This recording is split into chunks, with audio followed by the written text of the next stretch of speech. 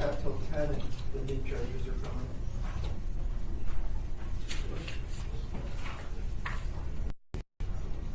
Fred, take the other handcuff off, yeah.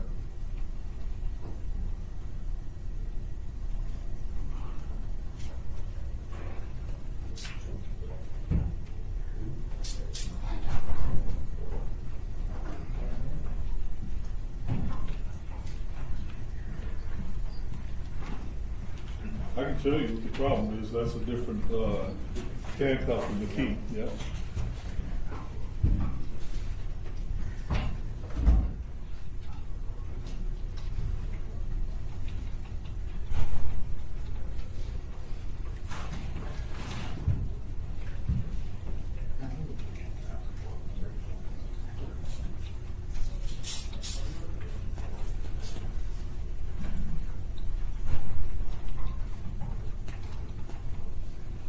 Different handcuff than the key.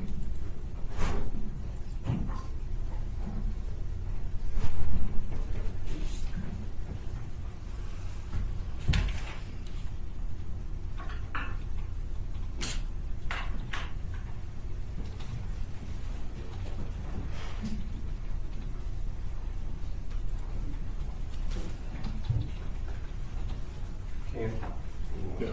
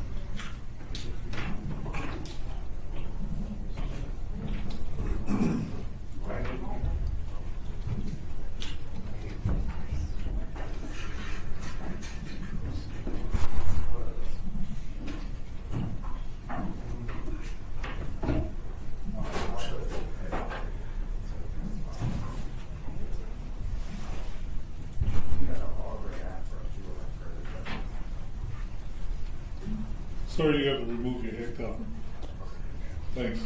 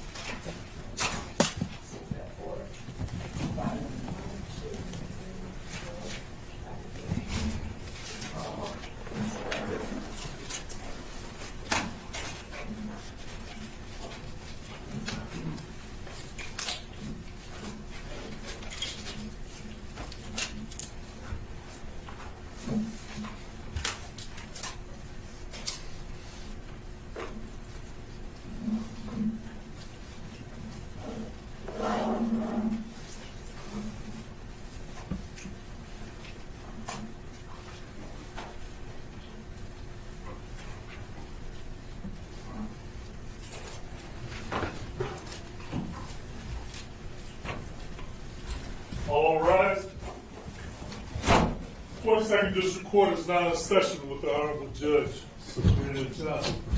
Good morning, everyone. Please be seated.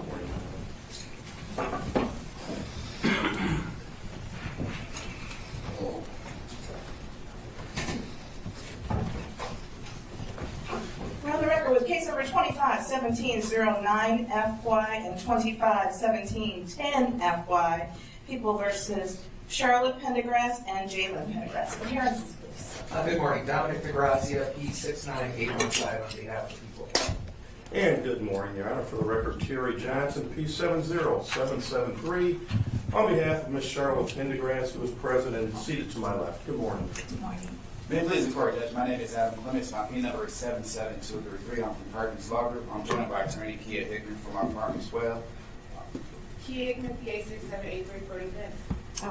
Good morning to everyone. Good. Please, sir, please stand and state your name for the record. Jalen Pendergrass. Good morning, sir. This is the date and time set for preliminary examination. Do we have any preliminary matters we need to place on the record? A few things. Okay, go right ahead. First, Your Honor, I would ask for an order of mutual sequestration with an exception for the officer in charge. Okay. No objection on behalf of Ms. Charla Pendergrass, Your Honor. Any objection on behalf of Mr. Jalen Pendergrass? No. All right, very good. Court will order mutual sequestration. If there's anyone in the courtroom who's going to testify either today or in a later hearing, you need to step out until you are called, with the exception for an officer in charge. And for the record, your officer in charge is? Detective Sergeant Dennis Hartman from the Very Michigan State good. Police. All right. Next. I did want to let the court know, and I've let the defense attorneys know, maybe November, but definitely in December, that based on some evidence that was discovered after the warrant was signed, that I may be seeking to change some of the charges at this hearing. So I wanted to let the court know.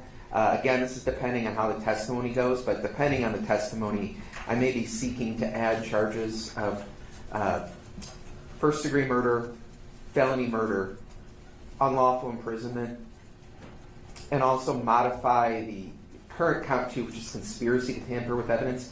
I would modify that to just tampering with evidence. So again, I don't want to make my motion now until I hear the testimony, but I do want to let the court know about that. I have subpoenaed a number of witnesses, more witnesses than I've ever subpoenaed for an exam before. One of those witnesses told me that he is sick and he's not here.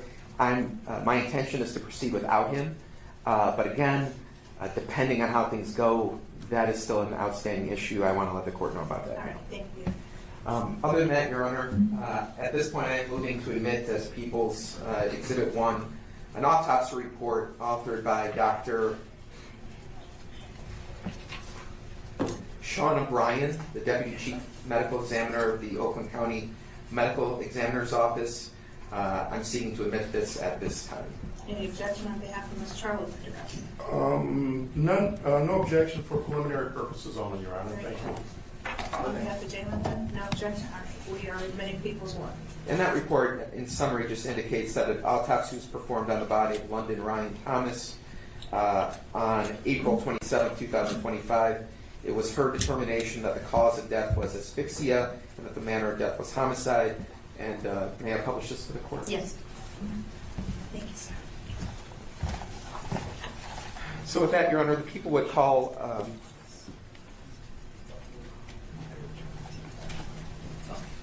Okay. Go ahead. with that, Your Honor, the people would call Jayla Hatcher. I need to address one issue.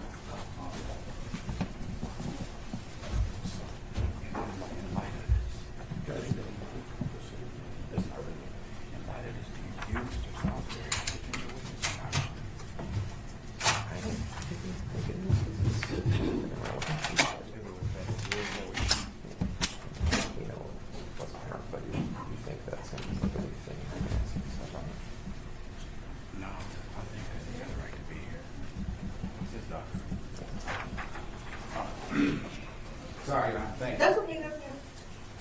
And the only other caution I have and consideration is my court reporter said everyone needs to be speaking from the podium when you come up. So, podium and then the witnesses have to all speak in the mic so everybody can be picked up. Was that the announcement? Yeah, okay. All right, just so everyone knows, we have to be at the podium. Thank you. Your first witness is on. All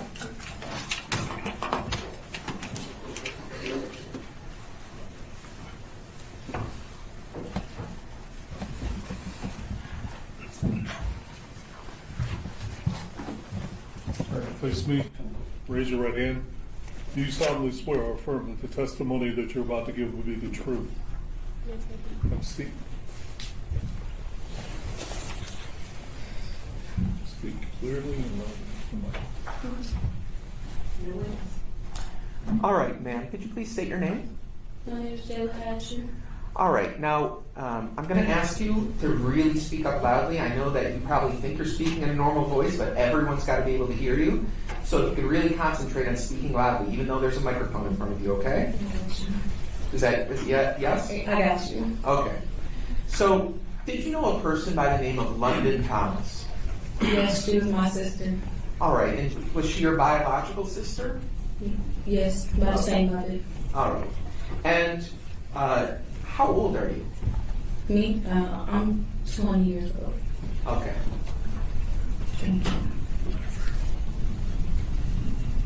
And did something happen to your sister, London? Yes, unfortunately. Okay. Did she pass away? Yes. Okay. Now, prior to her passing, had you, were you friends with your sister, London? Yes, we were very close. Okay.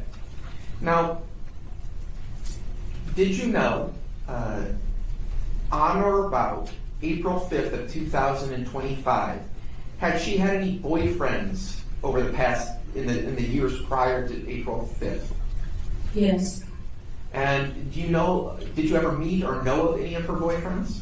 Yes. Okay, do you see one of her boyfriends or former boyfriends in court today? Yes. Can you point to that person and describe what they're wearing? He's wearing green and white. Okay. For the record, the witnesses identified Jalen Pendergrass. Now, prior to April 4th or April 5th of last year, was she currently dating Jalen Pendergrass? What was the question again? I'm sorry. Was she currently dating or in a relationship with Jalen Pendergrass as of that day? Oh, yes, to my knowledge. Okay. Do you know whether they had broken up or whether they were still together? I don't know. They were on and off pretty frequently. Okay. Now, in the course of, how long do you know of that the two of them had been talking to each other or been in a relationship with one another? Probably since maybe 2022. Okay. And over the course of those 3 years, had you ever met Jalen Pendergrass before? Yes. Do you know where he was living over those years? At first, he used to live with his mother, and then he had started living with his grandparents after a while. All right. Now, when he was living with his grandparents, do you know in what city he was living in? Inkster. Okay. And had you ever been over to the house he was staying at over in Inkster? Yes. And had you ever been to his bedroom inside that house? Yes. Okay. So are you familiar with what it looks like where his bedroom was? Yes, I've only been to the bedroom, that's all. Okay. And where was the bedroom located within the house? In the basement. On April 4th April 5th of 2025, did you ever come into contact with your sister early in the morning? Early in the morning, on April 5th, you said? Yes. No. Okay, when was the first time you interacted with her from the 4th going to the 5th? Oh, you said the first time interacting with her? Yeah. She had called me when I was at my baby father's house, and she was letting me know that she was about to go home, and she wanted me to come pick her up. Okay. Now, did you have access to a car? Yes, it was my vehicle. Did your sister London have access to a car? Oh, no. Okay, but you did, but she didn't. Yes. Okay. And the house where you were at your baby father's house? Yes. Before we were together. Yeah. Okay. And you don't have to tell me what the address is, but is that house located in Detroit? Yes. So ultimately, did London ever make her way over to the father of your child's house? No, not that day. Okay. Did you ever take London somewhere? Yes. Describe what Yes. Describe what you did.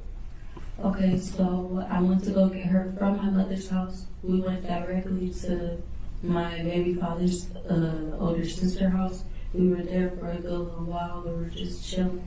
And then I took her to Jalen's house. All right. So eventually you took her to Jalen's house Yes. in Inkster. Yes. Before you did that, the house that you were at, it's the father of your child's sister's house? Yes. Was that house located in Detroit? No, it was in Highland Park, I believe. Okay. So, yeah. So you went from Highland Park, Detroit area to Inkster? Yes. And about what time was that? It was pretty late. I would say probably around like 3, maybe. Yeah, it was around that time. Like, we were there until like 3. And, you know, it takes a minute to get to Inkster. Now, when we say 3, are we talking 3 in the afternoon or 3 in the morning? a.m., yes. Okay, so would this be 3 a.m. on April 5th of 2025? Correct. Okay. And did your sister London say why she wanted to go to Jalen's house? Not really. I know she had his phone. Okay. She just wanted to go over there, but I didn't think nothing of it. It was pretty usual to me. How did you know that she had Jalen Pendergrass's phone? When she got to my mother's house, she called me and told me that she had it. Okay. So when you went to Inkster, who was in the car with you when you went to Inkster? It was me, London, my baby father, and my daughter. All right, the father of your child, what's his name? Saquon McKinney. And your child that was with you, how old was that child at the time? She was about 4 months, probably. 4 months old? Yeah, probably. Okay. Going on 5, yeah. So the 5 of you, 4 of you, went to Inkster. Did you stop anywhere on the way? Not that I recall. All right. So what happened when you arrived in Inkster? When we got to the grandparents' house, we were sitting there. We had pulled up. It was on the other side of the street. London had got out of the car. She left all her things. She said she's going to come get them when she gets in the house. But she was out there for like maybe 5 minutes. I told the father of my child I'll be right back because I'm going to go, make sure she gets in and stuff.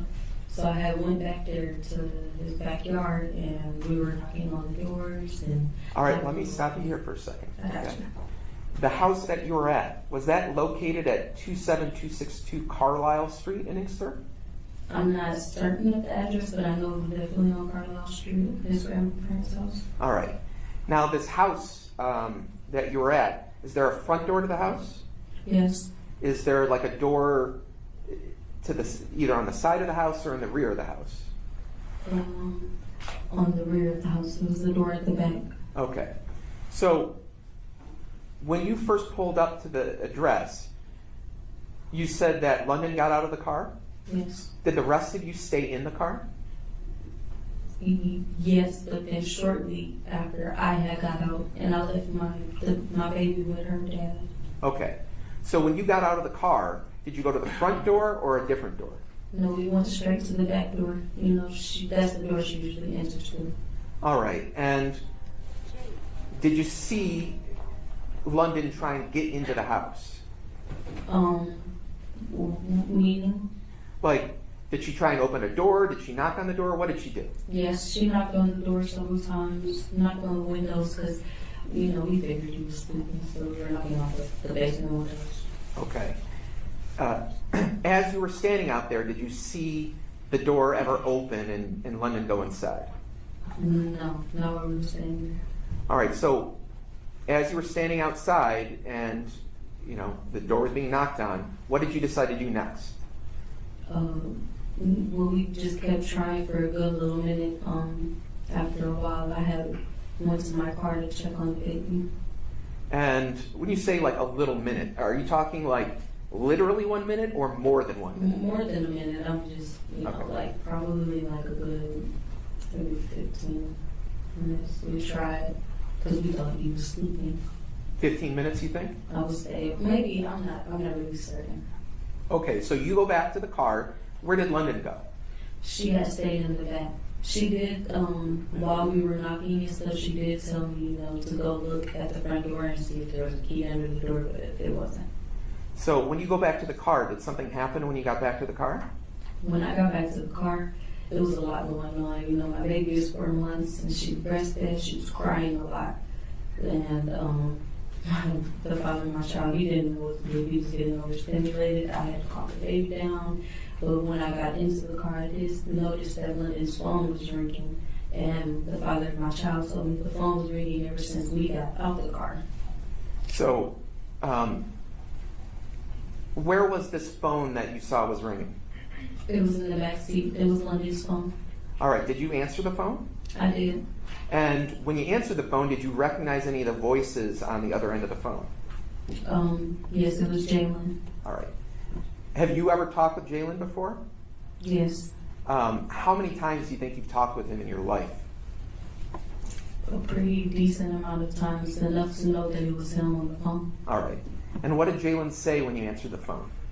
He had asked if that was London at the door knocking, and I was pretty upset at the time because I'm overstimulated now too, so I'm yelling at him, and I said, let her in. It's late. I have my daughter out here. Come on, open the door. Okay. And did Jalen say anything in response to that? Honestly, I don't recall what was said. I know I told him to open the door for sure. Okay. Now, after that phone conversation, did you get back out of the car or did you stay in the car? I don't know. I had stayed in the car, and then London came, and she got her stuff, I believe. I believe so. So she came back to the car that you were in? Yes. And what kind of stuff did she get? She had grabbed her purse. I know whatever she had in her purse, I know for a fact she had both of her phones and her blue iPad plus Jalen's phone. Okay. Now, do you remember any of the clothes that she was wearing that night? I'm really not certain. I know she was wearing maybe a black jacket for sure. Okay. Her hair was not ponytail. You don't remember, if she had any designs on any of her clothing or anything like that? I'm not certain. Okay. So after she grabbed her things, where did you see her go? She had went to the back door. Okay. And from where you were at in the street, is your car parked in the driveway or on the street? In the street. From where you were at on the street, could you actually see her once she went to the rear of the house? No, but she said her goodbyes, and when she said, I love you, I said, I'll call you later, sister, you can go, basically. That's what she told me. So All right. I didn't see her going though. But So after she went to the rear of the house, what did you do next? I had pulled off. And before you drove away, did you wait for some period of time before you left, or did you just basically leave as soon as she went out of your eyesight? I don't recall. I probably stayed there for maybe about 2 minutes. If I did, I'm not even certain. Okay. After you left, did you have any phone communication with London after that point? Yes, London called my phone. All right. Where were you when she called your phone? I was down the street. I think I was going up Inkster Road. And did London say anything when she was on the phone? Yes. What'd she say? She said, tell Jalen that y'all are gone. Okay. And after she said that, did you talk to Jalen? No, I don't believe so. He was at the door though. The door was open. She was getting in. I watched her. All right, so let's back up here a second. Okay. When did you see Jalen at the door to his house? We were on a FaceTime call. Okay. So as I was showing, the door, he had the screen door was closed, but the big door was open. And I'm guessing she was showing him the phone, me driving on the road. All right. She was telling me to tell him that I left. So this was a FaceTime call. Yes. And on your phone, when you're on this FaceTime, Mm-hmm. is the phone pointed at you or is it pointed away from you? She had pointed it away for a little second, but it was mostly on her. No, what I'm asking is your phone, the phone that you had. Oh, I was driving. Mhm. Snitch on myself, but I was driving, but I did I turned the camera around like this and then I flipped it back on me because I couldn't just look at the phone and physically turn the camera on. So the way you were holding the phone, you could actually see what London's phone was showing on FaceTime? Yes. All right. So from what you could see on FaceTime, could you tell whether London's device was inside or outside of the house? It was outside of the house at first. Okay. And is that when you saw Jalen? Yeah, she like turned the camera to show him that I was on the road leaving, basically. All right. So at that point, you could actually see Jalen's face? A little bit. It was pretty dark, but I seen him. Yeah. Okay. And then at some point, can you see that the device is now inside of the house? Yeah, I think she had walked in after a while. I was like, yelling like, let her in, what are you doing? Like, probably gone, So I was like, let her in and stuff.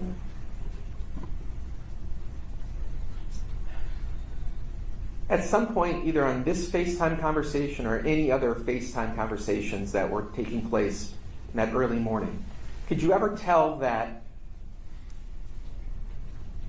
London's device was in the basement of the house? When by the time I had got back to my baby father's house, she did FaceTime me. I don't believe he was in the room, but she FaceTimed me and she was in the room. I saw the red lights. She was sitting on the bed, yeah. All right, when you say red lights, what do you mean by that? He has red LED lights in his room. Are the LED lights, like, attached to anything in the room?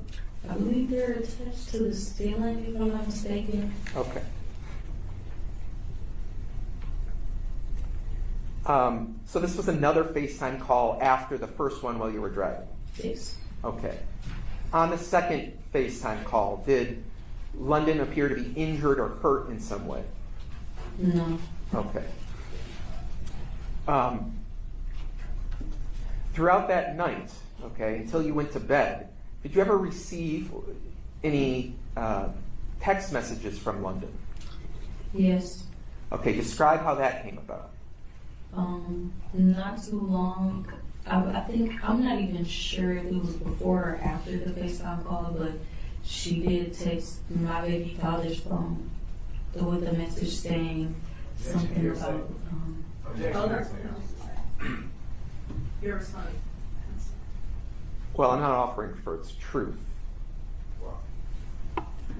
Then I would ask what is being offered for, Judge. Well, I think it goes to the occupants of the room at the time the message was sent, not the content of the message. I'm not offering for its truth. Mr. Johnson, you're saying? I concur with Mr. Clements on this, Your Honor. This is hearsay, and he's getting into the details of the message. I don't think that's appropriate. I don't know of an exception to the hearsay rule that would allow that. She's on the phone. She got a text message from her child's father that you want to use to show the location of the defendant at the time. I want to use it to show who she was in contact with at the time the message was sent. Overruled. What did the text message say? It says Your Honor, I'm sorry. I know the court's already ruled, but this could be brought in through another witness, and it would not be hearsay because she could testify to who this was, the person who potentially offered it or received it. And I think that would suffice. But again, I just want my objection noted that he's getting into the crux of it. And if he wants that, I think he could get that in through another witness. Thank you, Your Honor. Noted for the record. the message was like along the lines of, now this fat bitch saying she doesn't trust me. Did you ever respond to that text? I'm not certain. I recall. All right. If so, I probably just asked, what are you talking about? If you can remember, about how long after you got home did you get that message? Or was that message received on your baby father's phone? Yeah, it was received on my baby father's phone, but it wasn't that long after we got home. We were still up, we were pretty tired, but we were still up. So do you think it was, if you know, was it within an hour of you be returning back to the home? Was it 2 hours? Definitely within an hour of us being home. Okay. After that communication, did you ever have any communication with London after that? No, we went to sleep. Now that I think about it, if the text may have been before the FaceTime call. I'm not really certain. I don't remember. Okay. So you went to sleep. Yes. When did you wake up the next day? I woke up around maybe like 3:30, 4 o'clock. All right, It was and late. I said something that was confusing there. Yes. You went to bed still in the early morning hours of April 5th? Yes, around when we got home, it was probably around maybe going on 5. I'm not certain, but I know it was early in the morning, maybe going on 6. I'm not sure. So maybe around 5 o'clock in the morning, that's when you went to sleep. Is that true? Timing, I'm not really certain, but it was definitely early in the morning. Yes. Okay. Then you went to sleep and you woke up at around 4 p.m. also on April 5th. Correct. All right. Now, when you woke up, did you do anything at some point after you woke up to try and talk to or communicate with London? Yes, I called her phone maybe twice. And was that like right when you got up, or was it hours after you got up? Do you remember? Maybe I would say maybe 30 minutes after I got up, I had to attend to my daughter and stuff, get myself up. Okay. Now, when you tried communicating with her, did she ever answer the phone? No, it went straight to voicemail. Did you ever try and send her like text messages or social media messages that weren't verbal? Yes. Did she ever respond to any of those messages? No. So what did you do after you weren't able to get in touch with her? I started, wondering, it's late. This isn't like her. Why is she not taking or answering the phone? Her phone, she doesn't let her phone go dead. That's one thing about her. So then my baby father recommended, hey, why don't you look at her location? I looked at her location. All right, so let's break this down for a sec. Right. Did you or London have a setting on their phones which would allow you to see the location of your devices? Yes. Okay. And what program did you use in order to try and see the device locations? Meaning the app? Yeah. It was called Find My, I believe. Okay. Find My iPhone, stuff of that nature. So when you tried to find out where the location of London's device was, what did you find or see? It was said that she was at some elementary school or near some trailer parks in Westland, Michigan. Now, did you think that was unusual? Yes, Why is that? because I dropped her off in Inkster. Her orientation was in Radford. All right, you've made reference to an orientation right now. What does that mean? Orientation meaning she had an orientation for the job the next morning. Jalen said that he would take her to it. It was at Little Caesars Pizza in Radford, Michigan. Okay, so she had like she had an appointment with her job. Had she just started working at this job? She didn't even start working there yet. Orientation is, getting your shirts and stuff, Okay. So, And the location of this business was in Redford. yes. So, did you have any reason why that device would be at a field in Westland? I wasn't certain. That's why I was so eager to figure out. All right. So, what did you do after you saw that? I called my mom. I let her know what was going on, you know, like London was answering her phone. And I dropped my baby off to my mother to then go to the location in Westland. All right, and so did you go to the location where it indicated the device was? Yes. Did you see London there when you got there? No. Did you find her device when you got there? No. All right, so what did you do after you didn't see London or the phone there? We went to his house, When you say his, or his grandfather's house. you mean Jalen Pendergrass's? Correct. So that's in Inkster? Yes. So when you did you go to the same house that you'd gone to earlier that day? Yes. And when you went there, did you see London there? No. Did you see her phone there? No. So what did you do when you got there? When I got there, instantly I seen his mother coming from or she was in the backyard, but as I was getting out the car, she was walking down the driveway. All right, now when you say his mother, whose mother are you talking about? Jalen Pendergrass. All right, this person that you referred to, do you see them in court today? The mother? Yes. Yes. Can you point to that person and describe what they're wearing? Okay, and what is the person wearing? Green and white. Now, there are multiple people here wearing green and white. Is she the person closest to me or farthest away from me? Closest. For the record, the witnesses identified Charla Pendergrass. Right, well, sorry. Now, before that day, had you ever met Charla Pendergrass before? I've met her maybe like once. Okay, where was that at? It was at the house he used to stay at with his mother. Okay. So, when you first saw her, was she outside or was she inside the house? When I first saw her at the grandparents' house, Yes. she was outside in the backyard on the phone. Did you talk to her? When she came down the driveway as I was walking up, yes. Okay, and what did you ask her anything or what did you say to her? I was basically saying, "Where's London? Have you seen her?" She's not answering the phone. And what was Charlotte's response to that? She said, "No, I haven't seen her." Okay. Did she say anything about London besides "I haven't seen her"? Well, I really don't recall. I know I was getting pretty rowdy because it's my younger sister, and I dropped her off here last night, and you're here. You don't live here. And I'm asking where my younger sister is. And you as a mother, I'm, expecting you to know. Did you ever ask her if you could talk to Jalen? Yes, I did. What was her response to that? She said, "No, he has work. I'm not waking him up." Okay. How did this conversation between you and Charla Pendergrass end?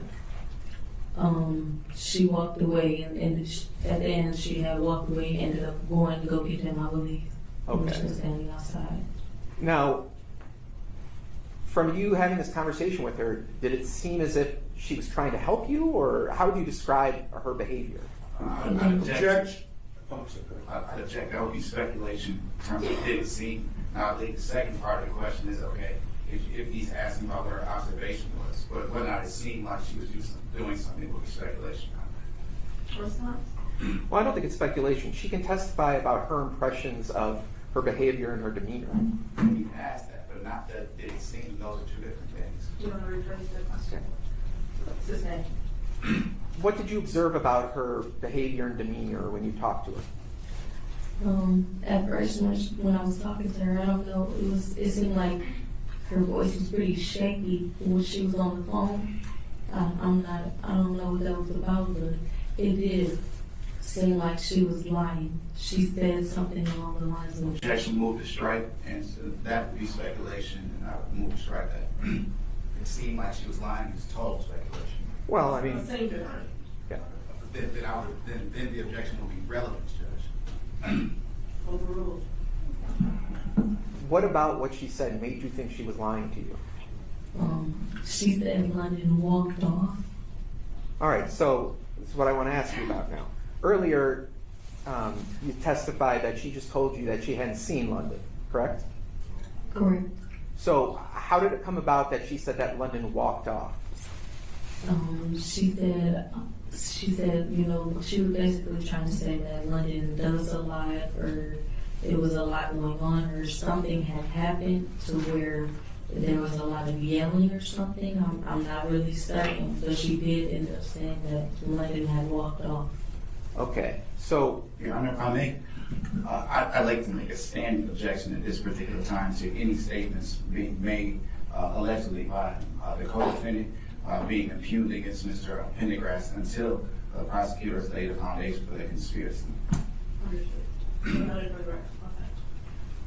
so this conversation where she goes into more details about London and what happened, was that during the same conversation where you're talking to her after she's coming out from the backyard? Yes, I believe so. All right. So, do you remember it all? If you can, what type of question did you ask in order for her to start telling you about there was a lot going on? I don't recall. It was, I'm Okay. not sure. Do you recall her saying anything else other than what you've testified about, you know, there being a lot going on and London walking off? Do you remember her saying anything else? She was basically trying to say that she has offered London Ubers before, to go home. I was, wondering why if they got into it, why she didn't call me, and or why didn't Jalen take her home. Okay, and she mentioned something about she had offered London Ubers in the past? Yes. Okay. Anything else that you can remember her saying? That's pretty much it. I'm not really certain as of right now. Okay. But you said that eventually she went inside and you thought she was going to get Jalen? Yes, she did. Okay, did Jalen ever come out of the house? Yes. Did you ever talk to Jalen? Yes. Did you ask him where your sister London was? Yes. What did he say? He said he wasn't speaking much. I think he said, I don't know, or I'm not sure. I don't know. He wasn't speaking much? He What does wasn't that mean? speaking much. Like, does that mean he wasn't like answering your questions? What do you mean by that? Meaning he was very like just down, it seemed like. I don't know. Just like shy or something. I'm not sure. Do you recall him saying anything else other than what you just testified about outside when you were talking to him on April 5th? Jalen Pendergrass? Yes. He said, I really don't remember what he was saying because, like I said, he wasn't saying much. He didn't say much, but all I know is that I did ask him, if your mother wasn't here, would you have taken London home? Because she did say that she didn't let him take her home. And he answered yes. Okay. While you're there, had the police been called, or did you call the police after you talked to both Pendergrasses? I believe the father of my child's mother called the police. Okay. I didn't call the police. I know that much. Did the police ever arrive when you were there? No. Okay. Did you ever leave the area on Carlisle? Yes. And did you communicate with any police officers after you left Carlisle? Yes, we had came back. Back to where? Back to the house in Carlisle. All right, so let's break this down real quickly. Right. You were at Carlisle, you had this conversation, and then you left. Yes, I only left because she was trying to leave. Okay. When you say she, who are you talking about? Charla Pendergrass. Okay. You said she was trying to leave. What makes you say she was trying to leave? She kept saying she had to go pick up medicine for one of the grandparents. I'm not sure, but my baby father, he didn't think that was Objection to what her baby father thought. That's fine, Your Honor. I'll So without telling me what he was saying or thinking, did Charla Pendergrass ever leave? Yes. Okay. Why did that make you leave? My sister is missing. I don't know what she's trying to do. I'm not sure of the word, but just. So She's trying to make sure. where did you go? I believe we had pulled up to a Dollar General. I think it was a Dollar General. Okay. Was that in Inkster or some other place?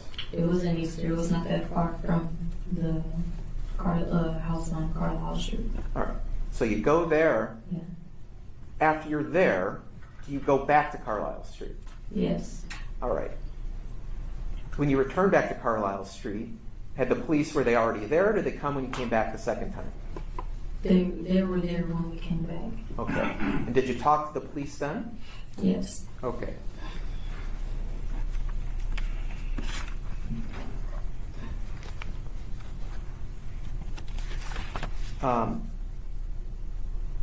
Do you remember what your sister's phone number was? Yes. What was her phone number? 313-680-2421.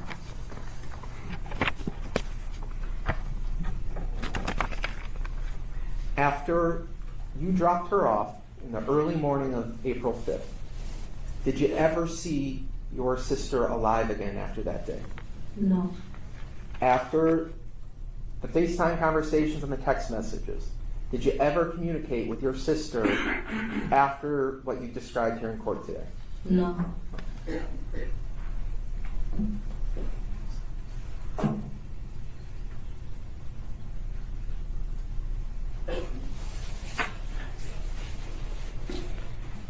In your experience, did you ever know your sister to just, disappear for days or weeks at a time without having any communication with you? Never. Okay. Had you ever known her to just run away and disappear without communicating with anyone? Never. Okay. I don't have any other questions. Mr. Johnson? Thank you, Your Honor.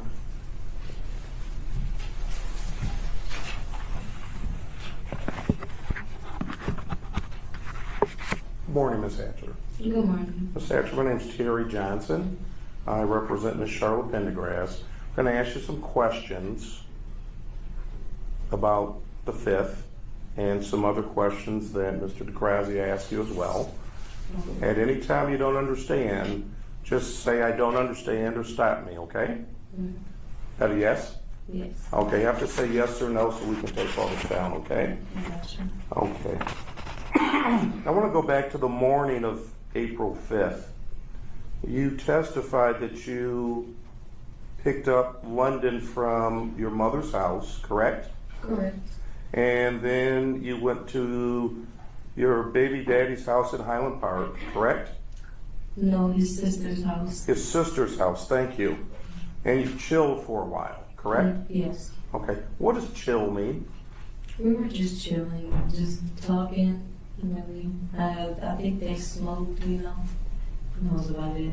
Okay. When you say smoked, what are you referring to? Marijuana? Yes. Okay. And did everybody smoke marijuana then? Not me. You didn't smoke marijuana? No. Okay. London smoked? I believe so. Okay. What about, did you guys drink? Not me. I didn't. Okay. What about the other people? I'm pretty sure my baby daddy maybe took a shot, and I know his sister was drinking prior to us even getting there. Okay. What about London? Did she have anything to drink? If you remember. I'm not sure. I don't believe so. Okay. And how long were you chilling in Highland Park before you came to the house on Carlisle? We were there for maybe 3 hours or so. I believe so. It was pretty late when we left behind that. Okay. And it's your testimony that London had an orientation the next day, correct? Correct. Okay. Do you know what time that orientation was scheduled to be? 10 a.m., I believe. Okay. And do you know where in Redford? I don't need the address, but do you know which Little Caesars in Redford? Not specifically. I just know it was in Redford. I know exactly where it is, just not the address or what room it is. Okay. So let's go back for a minute. You mentioned that London had Jalen's phone, correct? Correct. Okay. And I'm kind of confused about something. You said that you were taking her out for an orientation, correct? I was going to. You were going to? Originally, she was going to spend the night with me until when we left the sister's house. She asked me to take her to Jalen's house. Okay. Had she communicated with Jalen at any point that, hey, I'm coming out here and I want you to take me to the orientation? I'm not certain. Okay. But that plan changed, correct? Because you just said you were going to take her to the orientation, and at some point after you guys were chilling, London made the decision to go to Inkster, correct? Correct. Okay. And when you guys got out there, fair to say, well, that would be speculation. Let me ask a different way. When you got to the house, London got out, you stated London got out of the car first, correct? Correct. London didn't take her things, correct? Correct. Okay. Do you know why London didn't take her things? No, I'm pretty sure she was just trying to make sure she was able to get in the house first. Okay. So she wasn't able to get in the house for a while, correct? Yes. Okay. And I just want to make sure I understand your testimony. You stated you went around the front to look for a key? Yeah. Had you done that before? No. Why would you look for a key? I'm just curious. She asked me to. Okay. And Mr. DeGrazzi asked you also about this house.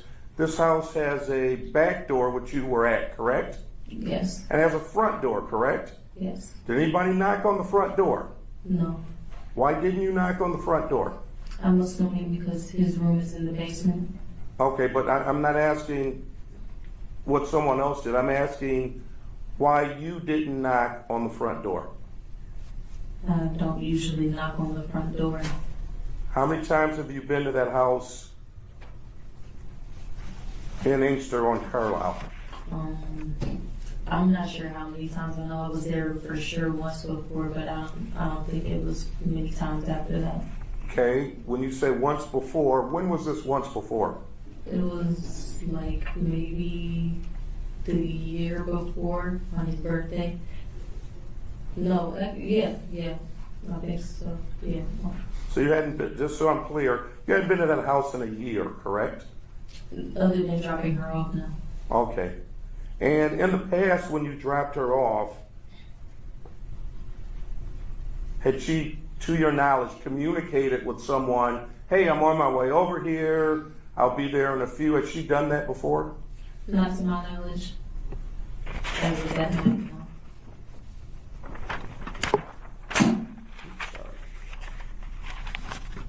I want to go back. She left her things, you said she left her things, correct? Correct. And at some point, you and her got out of the car. Yes. Did she grab her things at that point? Not at that point. Okay, and you're banging on the door, both of you at that point, correct? Correct. Okay. Why was it so important that you got in that house that day? I'm not sure she wanted to be there, so I was just trying to make sure she got in. Okay. I mean, did you say to her, he's not answering the phone, he's not coming to the door, I'm going to take you back home? Did you have that conversation? No, but her phone was in the car. We never called him when we arrived. She had his phone. Okay. So, when you're knocking on the door, you in London, are you saying anything, or are you just knocking? We're just knocking. You're not, hey, it's London, hey, it's Jake. You're not saying anything. No. And you also stated, when Mr. DeGrazzi asked you some questions, you figured I'm assuming he is Mr. Pendergrass, was sleeping, correct? Yes. Okay. Now I want to go back to this orientation and the next morning. What's the longest, I'll strike that. This orientation,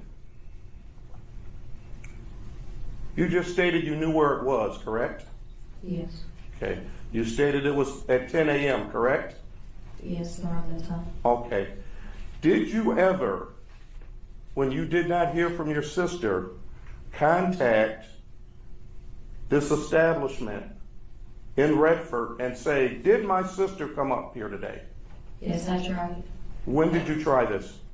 I think it was when I had woke up around that time, maybe, like, it was for sure on the 5th. Okay, so when Before I left the house.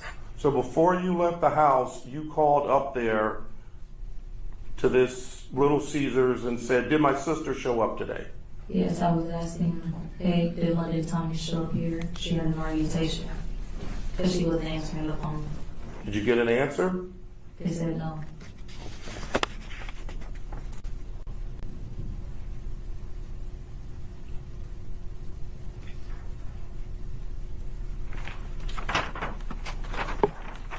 And how many times in the past have you met my client, Ms. Pendergrass? Maybe like once before. When was that? That was at, I believe it was her residence. I'm not sure where it was specifically. It was not the residence in Inkster, correct? No, And when you met her, how much time did you spend with her? not that much time. It was just an introduction. So it was a hi, how are you? Yeah, she offered us, I think it was ice cream or something. We were getting ice cream out the fridge or something. Okay. Would you say that interaction that you had with Ms. Pendergrass lasted 3 minutes or less? Not really, but she was talking to Jalen, I believe, when we were just there. Okay, but I'm talking about your interaction with Ms. Pendergrass, not anybody else's. No. Okay, how long would you say prior to April 5th, how much time had you interacted with Ms. Charla Pendergrass? Not that much time. Okay. Very little. Very little. Yeah. Okay. So when you make statements about she was nervous and other things, you really don't know her well enough to know whether she's nervous or not, correct?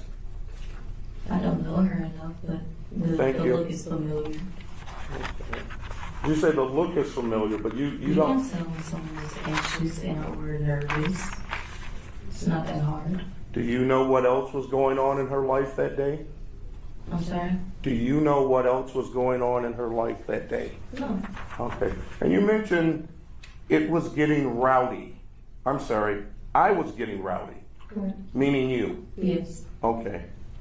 So when you were getting rowdy, did she appear nervous at that point? I'm not sure. My judgment was clouded because I was just trying to figure out what my other sister is. Okay, and you didn't like the answer that Ms. Pendergrass gave you, correct? No. And It's then you started becoming rowdy, correct? not really rowdy, but I was sort of kind of like trying to just understand what she was saying. I wasn't understanding because I dropped her off at that house last night or the morning, and she's not here now. Right, but her phone, you have the location app on your phone, correct? Correct. And that location app pinged in Westland, correct? Correct. Okay, so what led you to believe, and let me ask the question before I get there, Yeah. what time did that location ping in Westland? I'm not sure of the time. It's on the screenshot though. Can we stipulate, Mr. DeGrasse, approximately 9:48? So, I'd like to obviously be cooperative here, but the issue is, there could be phone testimony that talks about communication with the tower. The last communication with the tower was not in Westland. So, I don't know why it's being in Westland or what the conflict is there, so that's why I don't want to agree to that right now. Well, I'll ask it this way. I'm just going to her state of mind, so I'll withdraw and ask it this way. It was the morning, correct? Would you agree with that? The time when her phone was Yes. there, I believe believe so. Okay, so you wake up, you see her phone that pinged in Westland at that time, correct? Correct. Okay, and you go to Inkster to ask questions, correct? After I went to the location. Okay. When her phone was pinging. Right. Did you go to anybody's house around that school where that phone pinged and say, did you see my sister? Here's a picture of her. Yes, You did? I did. Okay, did you ever tell the police this? That we were checking the location. That you went to other people's houses? I believe so. Okay. I didn't know that. And let me ask you this. In addition to that, did you go to the Westland Police Department and say, my sister's phone last pinged here? Did you do that? Not the Westland Police Department. I believe they were called though, and we were checking out that area later that night. Okay. So you went, just so I'm clear, you went to Westland, saw an open field, and then you went to Inkster. Correct. Okay. But I looked around. We got out of the car. We were there for maybe almost an hour. I'm sorry, ma'am. Can you say that again, please? I said we were there for almost an hour, looking around, asking questions. Okay. Who did you ask questions of? Well, as we were trying to get to the school, there's like trailer park homes around the area, and there were kids. I was asking, could you get your parents? We were trying to ask questions about my younger sister, who was not answering the phone and stuff. And they said that she was pinging here. So, yeah. And you also mentioned one other thing that my client was trying to leave, correct? Correct. Okay. And are you aware that there were elderly grandparents in the house? Yes. Okay. Were you aware that Ms. Pendergrass left and came back in a short amount of time? Yes, I followed her. Oh, you followed her. Correct. Why did you follow her?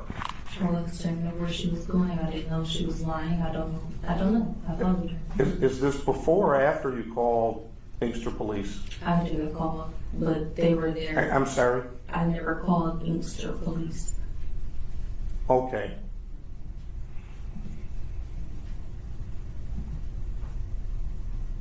So, how long did you follow Ms. Pendergrass?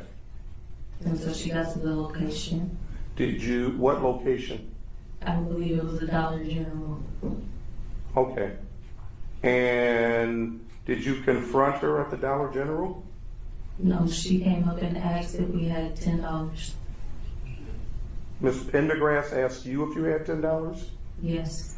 She was laughing, saying she forgot her purse. What other conversations did you have with her there? Nothing really. We told her we didn't have it. Did you follow her back to her house? Yes. Well, the grandparents' house. Did you talk to the grandparents? No. Why not? They never came outside. Did you ask for them? No.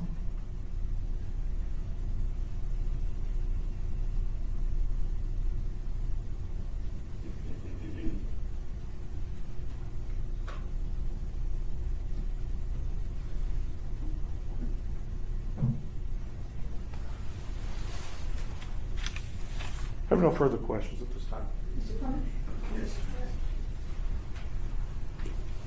Am I able to take her? Go to the podium just a second. I want to make sure we have everything right. Ma'am, good morning to you. Good morning. I'm going to ask you some questions. I promise you I will not ask the same things that you've already answered, okay? Okay. Now, if I do ask you a question that you don't understand, let me know. I'll try to ask you a better question, okay? Okay. Now, one of the things that you indicated to Mr. Johnson is that you don't believe that London was drinking the night that you were chilling. Is that correct? I don't believe so. Okay. When you had an opportunity after this happened to your sister, this unfortunate event, did you have an opportunity to meet with some detectives in a vehicle? Detectives in a vehicle? Yes, particularly this gentleman here, seated in the back seat with a young lady in the front driver's seat. I don't recall. May I approach Judge? Just tell me if this is you. Oh, yes, that's me. Okay. Do you recall telling that detective, the female detective, that on that particular day that London may have had a shot of Taramina? Oh, then that might be accurate. Okay. Do you think that what you said in this interview is accurate, or do you remember now better, or do you think that what you said here would be more accurate? I'm not certain. I would have to see. Okay. I'm gonna play a little bit for you and see if this refreshes your recollection. Okay.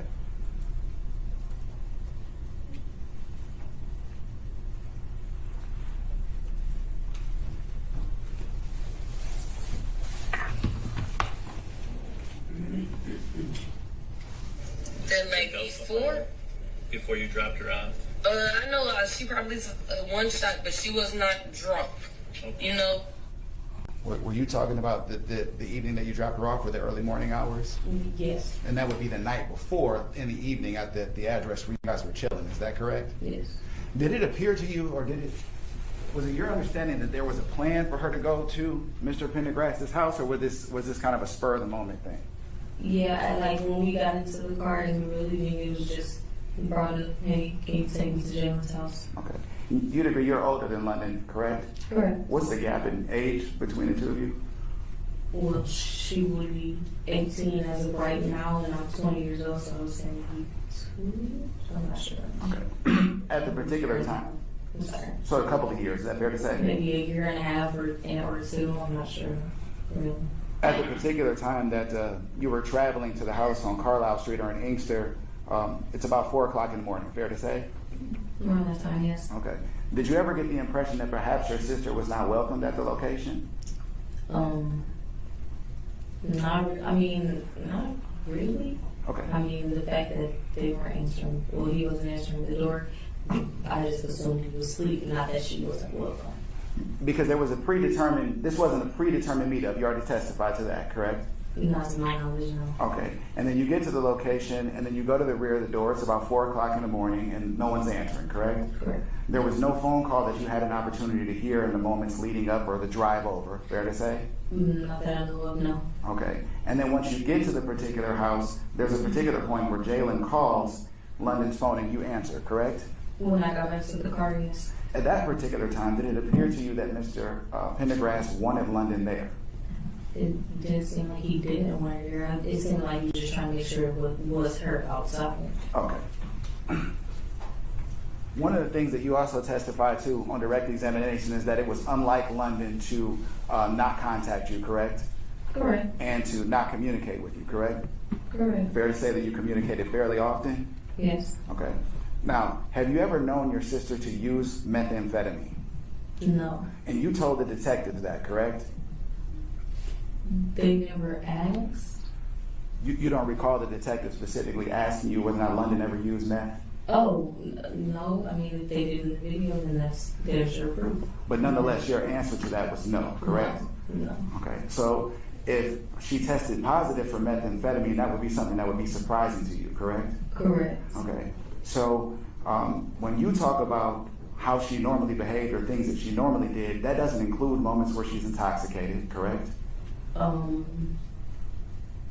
Meaning? Meaning that she could act differently if she's under the influence of methamphetamine and or alcohol. Not really. Okay. London is pretty blunt and straightforward person. What I'm getting at is you're making conclusions based upon when you've observed her and how she functions with you, correct? Yes. Okay. On the particular date and time is your testimony that she had, now it's your testimony that she had some alcohol but was not drunk, correct? Sure. Okay. And so you're making assessments based upon how she presented while you were with her, fair to say? Obviously, yes. Okay. Did you ever get the impression when you communicated with her later on after you dropped her off that she was either inebriated or under the influence of any type of substance? Not really. Okay. Did she ever seem to be upset, hysterical, afraid at all? No. Now the text message At that day? Yes. No. Okay. Now the text message communication that you testified to about direct examination with Mr. DeGrazia, that text was sent to Saquon's phone, correct? I believe so, yes. Okay. Did you see the text? Yes. Okay. Did he bring you the phone afterwards and that's when you saw the text? Or did you just have his phone? No, we were next to each other. I seen the text message. He was like, hey, London texted me. Okay. That's what I'm saying. So, Yeah, basically. okay. So you essentially right when he gets it, he shows it to you, correct? Yes. Was there any concern that you had at that particular time based upon that text message? Not really. No, I wasn't. No. Do you recall whether or not this was a whether or not this was a weekend, or whether or not this was a weekday? I'm not certain what day it fell on. Was London in school at this particular point in time? No, I'm not sure. I know she was doing some online classes. I'm really not certain though. I believe so. I'm not sure. Did the two of you live together at the time of this incident? I was really most like I was staying with the father of my child, and she was living with my mother. Okay, so you weren't in the home, fair to say. No, when I picked her up, no, I was at a different residence. How would you describe the nature of the relationship between London and Jalen? On and off, Okay. I really don't know how to describe it. Maybe unhealthy. Okay. Did it ever come to your attention that Mr. Pendergrass had another girlfriend? I think I'm not sure about another girlfriend. I know there were other girls. Okay. When you responded back to the location after having gone to the area in Westland where the phone was pinging, there was a particular point in time where the police responded to the location, correct? I'm sorry, question was? When you got back to the home in Inkster, after you had gone to the field in Westland, Yes. the police responded to the location, correct? Not. The police were there after we followed Charla back to the house. And then when you arrived, the police were there. Correct. Okay, did you see them go inside the home Not immediately. at any point in time? I believe they went in maybe later on that night. I'm not certain. It may have been sometime after that. I'm not certain. When you say later on that night, this is not in the morning hours when you... Yeah, honestly, I don't. I'm not sure if they went in that day. I'm not sure. Okay, let me ask a more centered question. After going to the field in Westland, what time was it approximately when you went back to the home on Carlisle and Inkster? You said after going to Westland? Yes. It was immediately after, so maybe we were there, maybe like a 15-minute drive or so from where that was at, and the house was, I believe, on Westland. Are you able to give us an approximate time, if you know? I'm not certain, maybe around 15 minutes. Okay, but it's not in the evening, though, correct? In the evening? Yes, it's not in the evening. It wasn't dark outside, if that's what you're asking. Certainly, I'm trying to get a ballpark. No. Okay. You get there and there's no sign of your sister, correct? No. Okay. I don't have anything further, Judge. Thank you. Your excuse. Thank you so much, Ms. Hatcher. Thank you so much. People call it Nigel Wilker.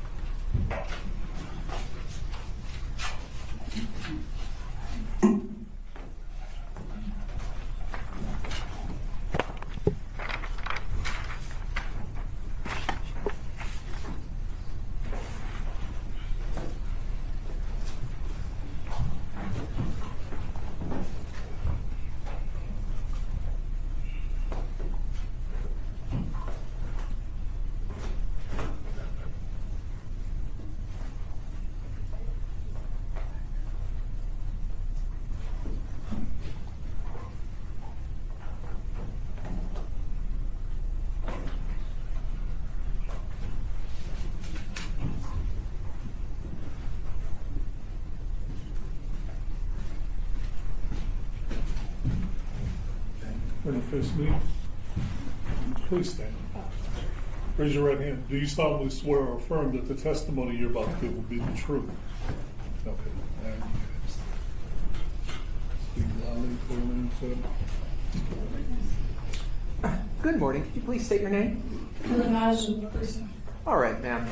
Now, I want to ask you about some events that occurred, well, starting on October 15th of last year.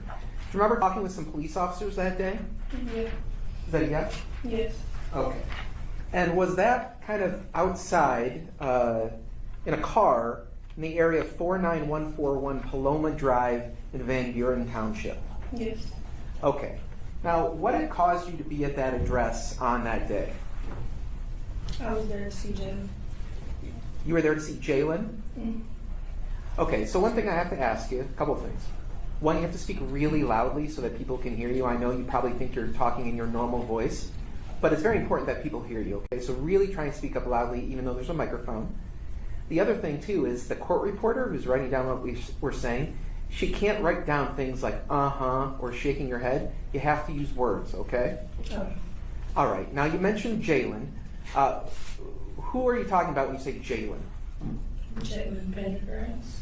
All right, how did you know Jalen Pendergrass? We dated. You dated.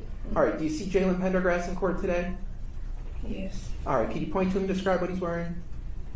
Gray and white. All right, is he, now there are people wearing green and white in the courtroom. Is he closest to me or farthest away from me? Farthest. Okay, for the record, the witnesses identified the defendant. Now, you said that the two of you had dated each other? Yes. All right, when did you first start dating or talking with Jalen Pendergrass? Sometime in 2024. 2024? Yes. And how did you first meet him or talk to him? At work. All right, and eventually, after you first started talking to each other, did you start a romantic relationship with him? Yes. Now, were the two of you like ever exclusive, like you're only seeing each other, or were you dating other people at the time?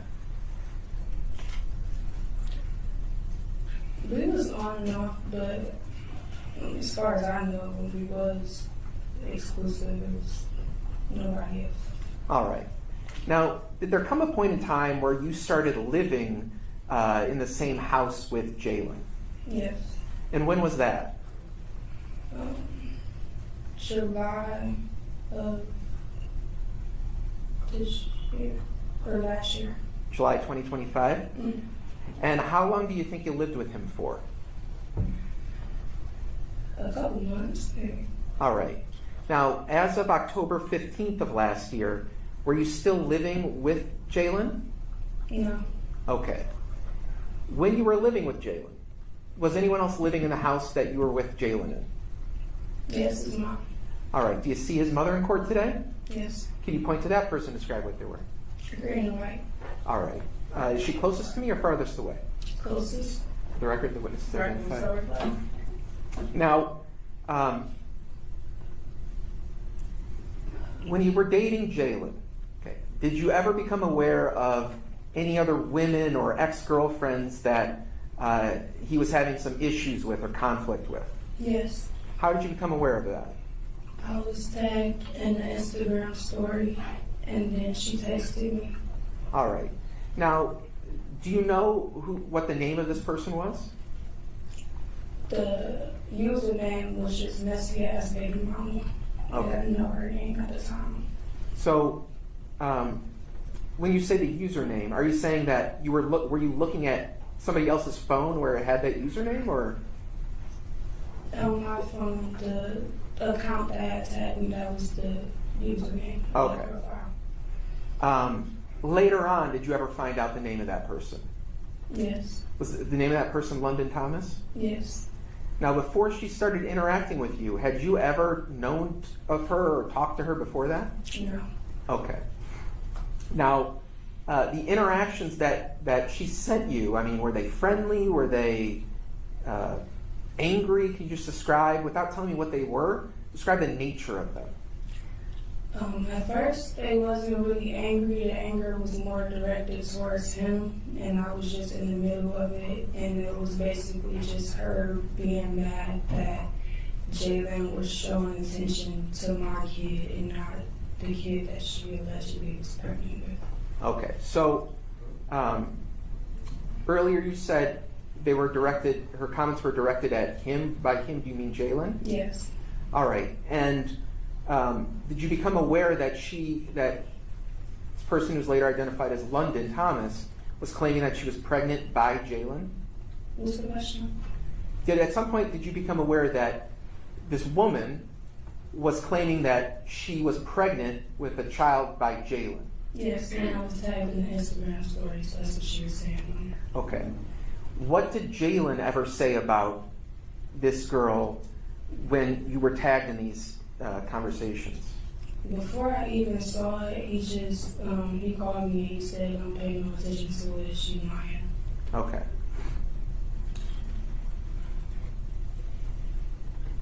On or about sometime in late April of last year, did you become aware that Jalen had been arrested?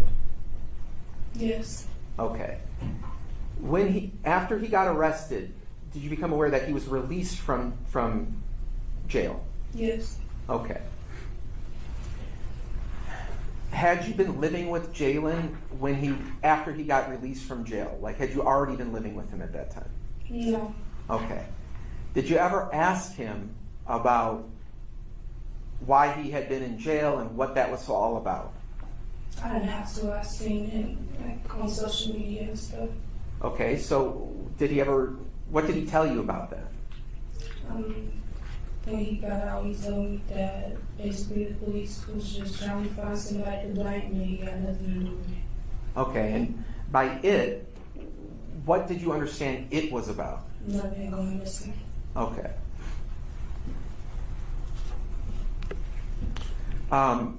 Did you ever have any FaceTime conversations with Jalen after he was released from custody in April, where he talked about why he had been in jail and about London? Yes. Okay, what did he say over FaceTime about it? Nothing specifically, just pretty much like song lyrics and hand gestures. All right, you said song lyrics. So was Jalen a fan of the musician NBA Youngboy? Yes. Okay, so when he's referencing song lyrics, was it by that musician? Yes. What song lyrics did he reference? She was playing with the slimes. Playing with the slimes? Mm-hmm. Is that a yes? Yes. Now, what did you understand a slime to be? Somebody you care about, somebody you love. Okay.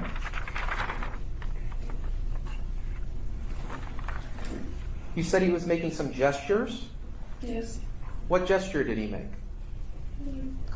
This, like this. Okay, you just made a gesture with your hand across your throat? Yes. So like a throat slashing gesture? Yes. And that was part of the same conversation where he referenced these song lyrics? Yes. Did he ever encourage you to listen to a particular lyric in one of NBA Youngboy's songs? Yes. What was the lyric he wanted you to listen to? Put the bitch up in the trunk, her family never see her again. Okay. After that conversation, did you talk with him again, maybe about a week later, about what happened? Yes. Okay, describe how that conversation came about. We couldn't really talk about it on the phone, so we agreed to talk in person, or just like see each other in person. And I went to his house and I asked him like, what exactly happened. All right, so when you say we couldn't talk about it on the phone, who said you couldn't talk about it on the phone? Jalen. Okay. And so when you went to his house, did you have this conversation in the house or somewhere else? Somewhere else. Why didn't you talk about it in the house? Because he was worried that it was bugged. That the house was bugged? Yes. Okay. So where did you go with Jalen? He was walking down Inkster Road. Okay, and so what happened in this conversation? He told me what happened that night. Okay, so let's start at the beginning. What did he tell you about it? That she had stole his phone. When she first got there, he told me that I was asking about a video that she had sent me because I was confused on why she was even there in the first place, and from what I knew, they was broken up. He told me that he didn't want her there. She got to the house. She lied to, I think, his aunt and said that while he was out there dashing, he said that it was okay if she waited in the house for him to get back. When he got back to the house, she was there, and he called his mom to come put her out. Okay. Now, is this incident he's talking about with his aunt and putting her out of the house, is this prior to his phone being taken from him? This is before. Okay. So, did he describe this event where the phone got taken from him?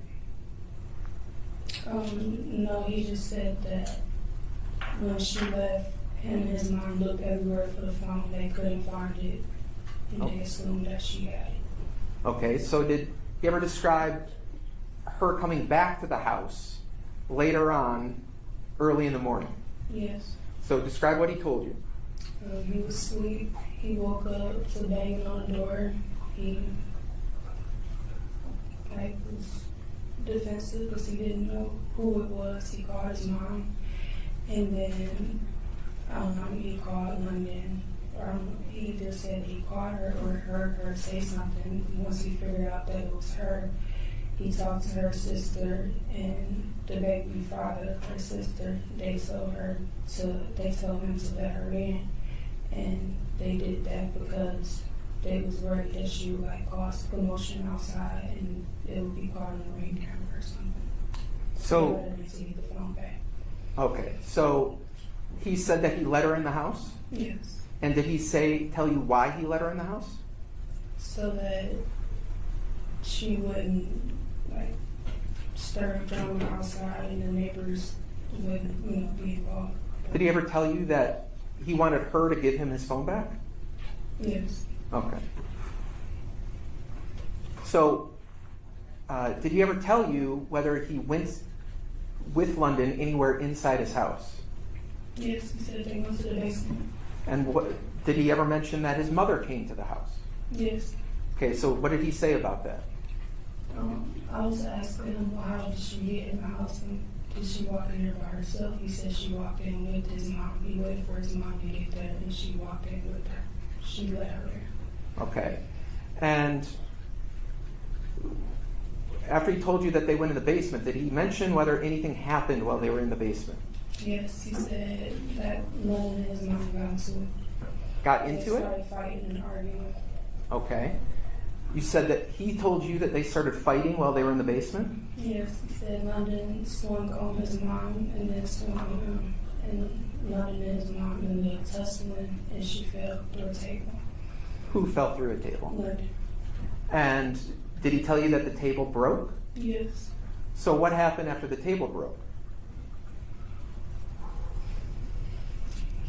He said he took the leg to the table and kept hitting her with it, trying to get the password to her phone and trying to figure out where his phone was. But she wouldn't tell him. Okay. So he told you he started hitting London with a table leg? Yes. Did he tell you where he was hitting London with the table leg? Everywhere. Okay.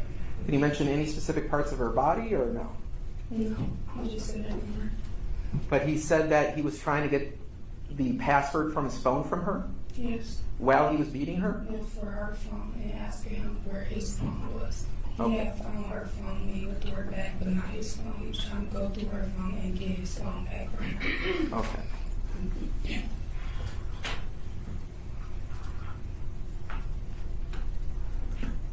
What happened after he was hitting her with the table leg? Did he tell you? He said that she asked to lay down. Okay. She asked Jalen, She asked Jalen, can I lay down now? and what did Jalen tell you how he responded to that? He said yes, but I gotta tie you up because I don't trust you. Okay. He said, I have to tie you up because I don't trust you? Yes. Did he ever describe where his mother, did Jalen ever tell you where his mother was while this was happening? He said she was in the room. Okay. And that she told him that was enough. I just stopped it. Okay. Did he ever tell you about any other conversations he had with his mother? Yes. What did he tell you? When she was on the bed, he said he stepped out of the room and went to talk to her to ask her what he should do now. And what was the response? I need you to get mad. Okay. And his mother told Jalen that? Yes. Did she tell him did he tell you that she told him anything else? Together. Okay. So what did he tell you that he did in response? He told me that he threw her off the bed, he stood her up, he grabbed the belt, and he strangled her until she fell. Okay. Did he tell you where this happened? Yes, like in front of the bed. Okay.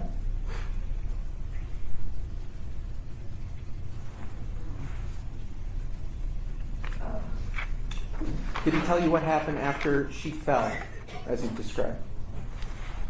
Yeah, he said that his mom and him grabbed her and put her in a plastic bed and taped it up. Okay. Did he ever say what they did with the bin? Yes, he said his mom called out with her friends and had him call. First, he said that they took it to the Paloma address until the friend came and moved it to the car that was in. Okay. Did he say anything more about that night other than what you've described? Yeah, that he thought his sister and baby dad was trying to set him up and that there was no orientation. That was a story that they had came up with. He said when he went through the phone, he seen that. I'm sorry, can you ever speak up a little? I haven't heard Can you that. just keep your voice a little bit? He said that there was no orientation and he thought that the sister and the baby dad was trying to set him up or something because when he went through the phone, he seen that London had texted either the sister or the baby dad, y'all messed up the plan. Okay. Now, did he ever talk to you in this conversation that you're describing here when you're outside? Did he ever mention anything about London lying about the pregnancy? Yes, he said also when he went through the phone, he seen that she was texting another dude saying that she was also pregnant by him, also asking him for abortion money. Okay. Did he say anything else about that? How that made him feel? That he was mad about it.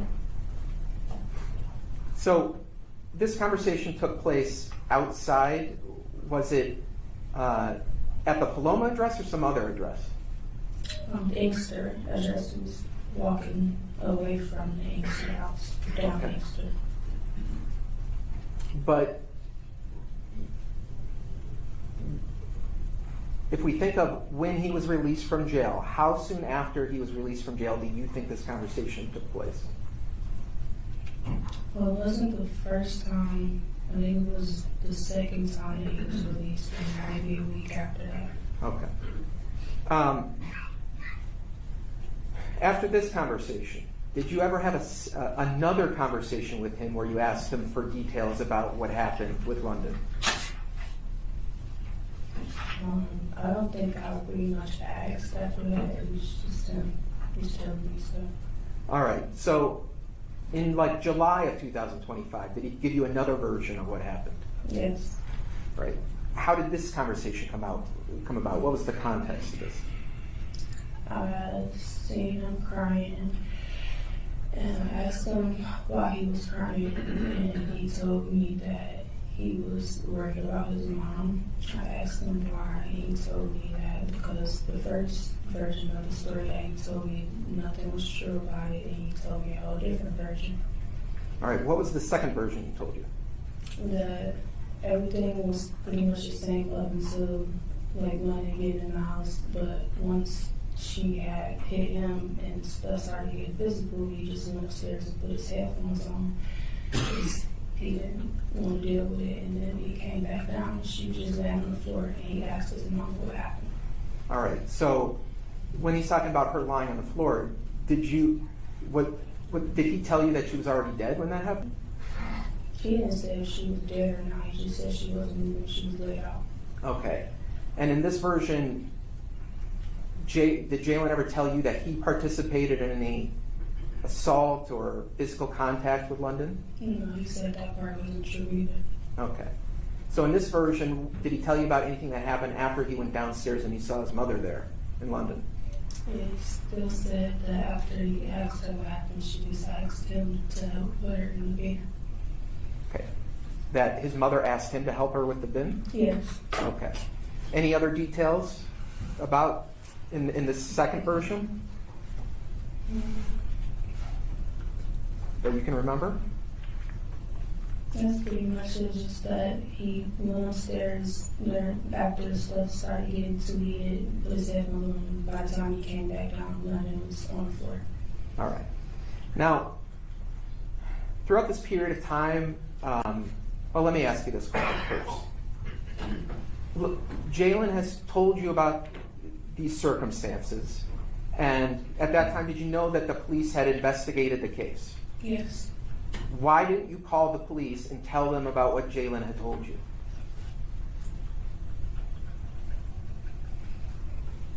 It was really all I had at the time.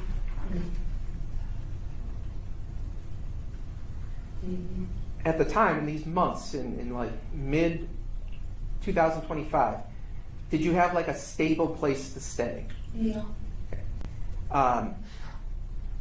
Did you have any friends or family members who were offering to let you stay with them? No, just my baby father, but we was on and on. Okay, so was Jalen the person who was helping you? Yes. Okay. At the time, or were you in love with Jalen, or were you just like, was this just like a friend that was doing favors for you? What was your relationship with him? I loved him. I cared about him a lot. Okay. Now, in this period of time, did you ever ask Charla about Jalen's mother about what happened that night? No. Did she ever say anything about London or about the case or anything like that? No, she did. She didn't say nothing about London directly, just everything that they was going through with the police. When you observed Jalen and Charla's relationship, was there anything odd about that? Yeah. Objection vague. Overruled. I just think that she babied him a lot. Did you ever hear Charla ever say anything about committing suicide? I didn't hear it myself, but Jalen called me on the phone and said that she had asked him if I killed myself, if I jumped in the lake, would you jump with me? Okay. That's something Jalen told you? Yes. Okay.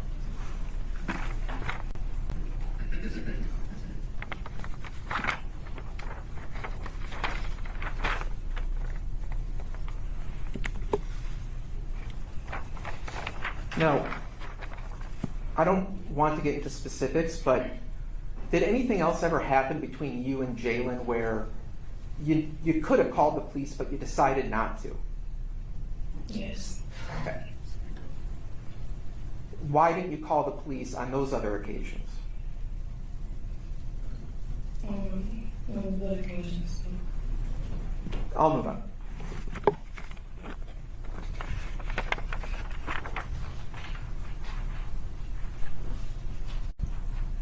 I don't have any other questions. All right, Mr. Johnson, your call? Okay. Need a break? Please. Ms. Wilkerson, we're gonna have you step down, we'll just take a short break. Thank you. We need 10 minutes? 10 minutes? All right, we'll reach. All rise.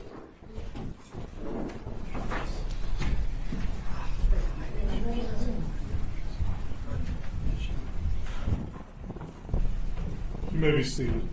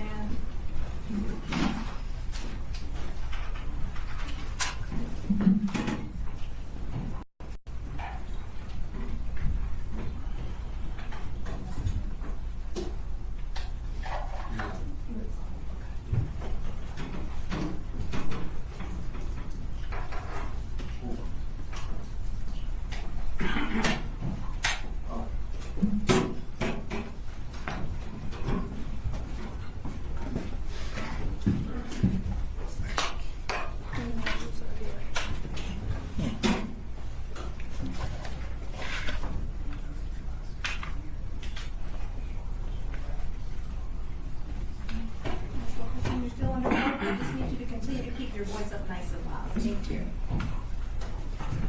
Mr. Johnson, you're a witness. Thank you, Your Honor. Ms. Wilkerson, good. We're still in the morning. Yep, still in the morning. Good morning. Good morning. My name is Attorney Terry Johnson. I represent Ms. Pendergrass. I'm going to be asking you a few questions today, okay? Okay. Anytime you don't understand any of my questions, just ask me to ask again, and I'll try to rephrase it, okay? Okay. And as Mr. DeGrazzi mentioned earlier, if, please speak up and no uhs or ahs so the court reporter can take it down, okay? Okay. We good to go? Yeah. Okay, I want to talk to you about the testimony you just gave. You remember giving a statement to, you told the police this, correct? What you came here to court and testified to today, correct? Yes. Okay. Isn't it true you said you didn't believe the second story that Jalen told you? You remember telling the police that? Yes, I didn't know what to believe. Version of the story kept changing. Okay. So let me ask you this. You mentioned suicide. My client, you've never heard my client say she wanted to kill herself, did you? No. And how long were you living at this house? About 2 months, maybe. Okay. And while you were living there, you never saw my client do anything that would harm herself, correct? No. Okay. Now, you mentioned that my client babied her son. You mentioned you have a kid, is that correct? Yes. Okay. Son or daughter? Daughter. Okay. And fair to say you protect your daughter, correct? Yes. Okay.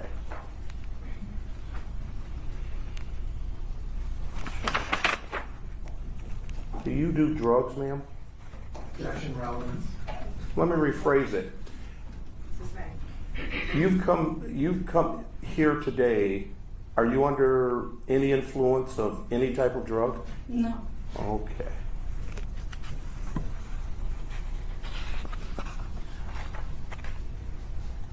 The day of October 15th, were you doing drugs on that day? October 15th. This is the refresh your memory. This is the The day. day that I talked to the police? Yes. No.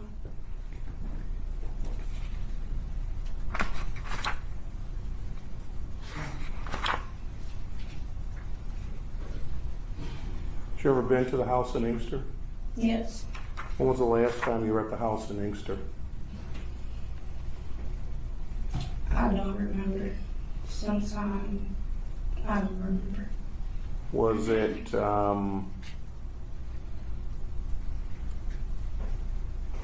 had you been to the house in Inkster after London had gone missing? Yes.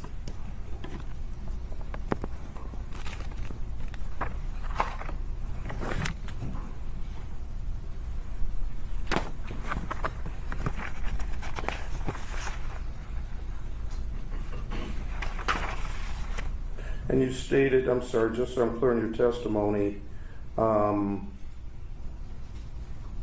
messy ass baby mama, whose handle was that? Or whose screen name was that? London, so I'm pretty sure. Did you and London ever get into any, did you ever have a conversation with London? Yes. When was the last conversation you had with London? When she had his phone, she was texting me from his Instagram. We was exchanging text messages and voice messages. Okay, so this would be somewhere around April 4th, April 5th? Yes. Okay. Were these nice messages? No. Were you upset with London? No. Well, yes and no. So in the messages that she sent you, those weren't nice messages, correct? No. Okay. And these messages that she sent you, basically, did they get under your skin? Yes. Okay. Did you respond to her and try to get under her skin? I wouldn't say I was trying to get under her skin, no. But you two, had you had any interactions with her prior to this date? Yes. When? When I was first tagged in the Instagram stories, I told her when I did believe that she was pregnant, that I was a mother myself, and that I was just going to leave Jalen alone because I didn't want to add to nothing that she was going through. And she responded and said that she respected what I said, and that most women don't do that, and everything was cool until the day that she took Jalen's phone. During this time, had you been interacting with Jalen once you sent this text message or what you just described, whatever communication method you used? Had you and London had any other conversations? You understand my question? No. Okay. You testified that London sent you a text message about being pregnant, correct? Yes. And you said, and I'm paraphrasing here. That's what she tagged me in the Instagram stories talking to Jalen. Okay. And I'm just paraphrasing here, but you said you kind of stepped back, correct? Yes.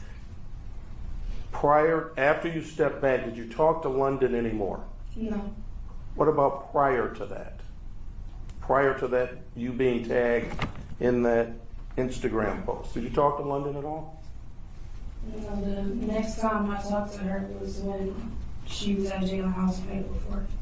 I hadn't talked to her since I was tagged in the Instagram stories. So you talked to her while she was at Jalen's house? I believe it was after she left Jalen's house. Well, yeah. When she was at Jalen's house, she sent me a video of Jalen while she was there. And that's when the text messages started. Okay. And just so I'm clear, you did not deal with Jalen anymore during that time, right? Between those two time periods, the time you said you wouldn't and the time prior to that text message coming in, correct? I did. I was still going over his house. That's why she was upset.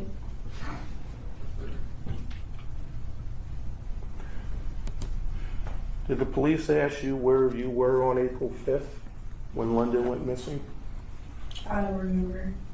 You don't remember if they asked you, or you don't remember where you were? I don't remember if they asked. Okay. Do you know where you were around April 5th when London went missing? At work. Okay. No further questions. Yes, please. Ma'am, good morning to you. Good morning. I'm going to ask you some questions. If I speak too fast or I ask you something you don't understand, let me know. I'll try to ask you a better question, okay? Okay. When's the last time you communicated with Mr. Pendergrass? About 9 days ago. Okay. And because you had said on direct examination that there was a particular point in time where you had some affection, some strong feelings for Mr. Pendergrass. Is that correct? Yes. You still have those feelings?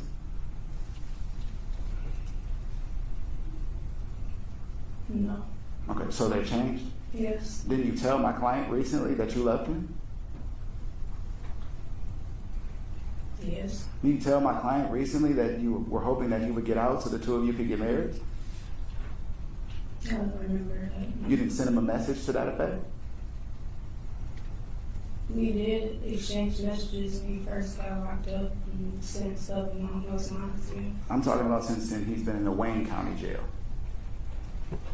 Yes. On direct examination, you indicated that you were reluctant to come forward with this information because you were depending on my client and his mother, correct? Yes, and I was just scared in general. So by being afraid of them, you'd agree that if the police had information that you provided, it's possible they could have been arrested. You understood that, correct? Yes. You understood that the police were investigating what happened to her, right? Yes. And you understood that Ms. Thomas's family members had been very vested in finding out the truth about what happened to her, correct? Yes. You believe that you had information for them, correct? I didn't know what to believe at the time. He kept telling me different things. Okay. Nonetheless, you believe that you had gotten some information that could have been helpful to law enforcement, right? I didn't have any evidence. I couldn't prove it. I just had words. You recognize the question that I asked you is whether or not you had information, not evidence. Did you understand my question? Mm. I'm asking you, during the month of April and May of 2025, you believe that you had information that could have been helpful to the police, yes or no? No. You didn't?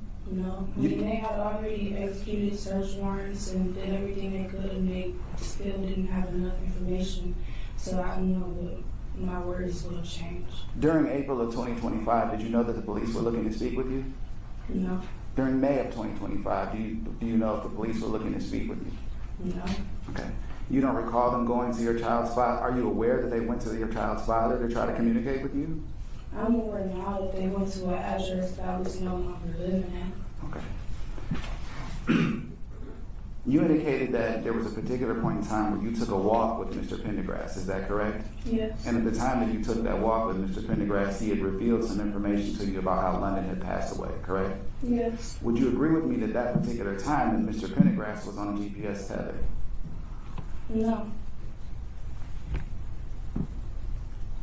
Excuse me? He wasn't on the tether yet. So, In Inkster? no. That's when we took the walk. He was still living in Inkster. You recognize that my client was arrested in April of 2025, correct? Yes. You recognize He that was after, arrested three excuse me, times. Three You're- different times. are you aware that he was arraigned on a felony charge in Novi before he was released from jail? Are you aware of that? Yes. Are you aware that a condition of his release was that he be on a GPS tether, house arrest? Are you aware of that? The first time he was arrested, no. I'm talking about during the time period that you said that you walked with him down Inkster Road. Are you aware that he was on house arrest at that particular time? Yes or no? I wasn't aware that he was on house arrest until I seen him wearing the tether. I don't think he was wearing the tether. So at the time that you had these communications with him at that particular time, you didn't see a tether on his leg. Is that your testimony? No, he didn't have him. Okay. You'd agree that specifically, ma'am, in relationship to the information that Mr. Pendergrass provided to you, you told the police specifically that he conveyed that information to you in song. Is that correct? Yes. What does that mean, he conveyed it to you in song? He sung song lyrics. Did you tell the detective that he sent the song to your phone specifically? Yes. Okay. So did he send you a song or did he sing a song to you? Both. It was two different songs. Okay. And at the particular point in time, there was a particular reference to a set of lyrics where he talks about Miss Thomas, where he talks about an individual being found in the trunk. Is that correct? Yes. You knew at this particular point in time that a young Miss Thomas's body was found in the trunk of an SUV, correct? No. You weren't aware of the media reports to that effect about where her body was discovered? This is when she was still missing. Okay. What I'm saying to you is, did you learn at a particular point in time the conditions of her discovery by law enforcement? Yes. When did you learn that? Whenever the day that her body was found and got to the jail again. Okay, so you learned that day? Yes. Okay, you saw the media reports? Yes. Okay, so again, at that particular time, had you had the conversation with Mr. Pendergrass about what had happened via song at that point? Yes. Okay, so now they gave you some confirmation, correct? Confirmation of what? You were, originally when I began my questioning of you, you said you didn't have any evidence to support what you were saying, correct? Did you say that, yes or no? Yes. Okay. But I don't see how him sending me a song. Would you let me ask you a question and you answer it, please? Thank you. So after that message is conveyed to you in a song, and then you learn that that her body is found in the trunk of an SUV, is that evidence to you? No. Okay. During the course of your testimony and direct examination, you said that Mr. Pendergrass admitted to you that he struck Miss Thomas with a table leg. Is that correct? Yes. Did he say where on her body that she was struck? No. Did he say how many times she was struck? No.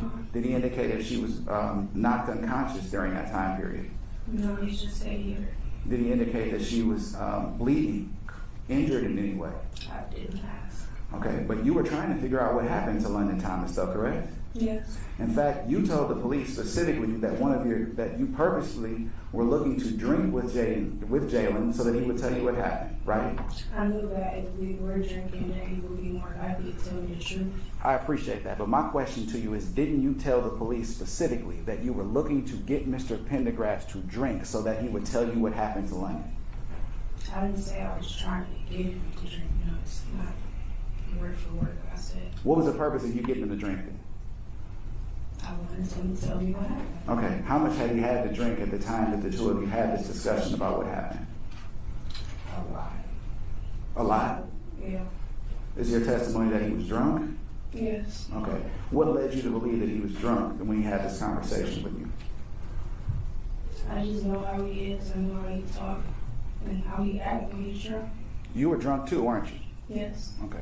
So, how long had you been drinking during the particular time when he made this admission to you? A couple hours. Okay. When you had an opportunity to meet with the detective, did you tell him that Jalen was drunk when he said these things to you? You didn't tell him that, did you? I'm pretty sure I mentioned that he was drinking, and I told him that the drinking was what let him tell him what I thought would lead him to tell him the truth. Thank you for that. My question to you is, did you tell the detective that he was drunk when he said these things, yes or no? I don't remember specifically if he asked. Okay. One of the things that you also had indicated is that you are an individual, when you drink, you hallucinate. Is that correct? Hallucinate? You didn't tell. Am I making this up, or you didn't? You never said that. Hallucinate what? Do you know what an hallucination is? Yes, but I'm asking you when I said that. And I'm asking you, did you tell law enforcement at any point in time that when you drink, you hallucinate? Yes or no? I don't think so. Okay. During the particular point in time that you had this discussion with Mr. Pendergrass, were you also taking mushrooms on that particular day? I can't remember. Okay. Can you not remember because you don't know if it happened or because of your level of intoxication? Probably both. We did drugs a lot. That was a regular part of your routine, is that correct? Yes. We're talking about mushrooms, right? Yes. Alcohol, correct? Yes. Methamphetamine at times, correct? Ecstasy, yes. Okay. And so during the course of your discussions with Mr. Pendergrass about what happened to London Thomas, all of those things were in play, is that correct? Yes. Okay. So you never had a conversation with Mr. Pendergrass when he was not under the influence about what happened to London Thomas. Is that fair to say? Yes. Okay. Court's indulgence, Your Honor.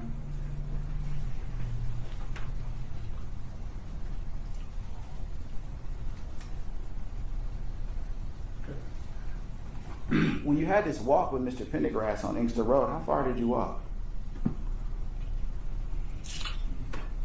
A few blocks, maybe. Okay. And when you say a few blocks, where was the starting point? His house. Which house? Which residence, The please? house on Carlisle. In Inkster? Yes. Would that be on April the 28th or is it into the month of May? I can't say an exact date. I just know it's after the second time he got released from jail. Okay. Court's indulgence, Your Honor.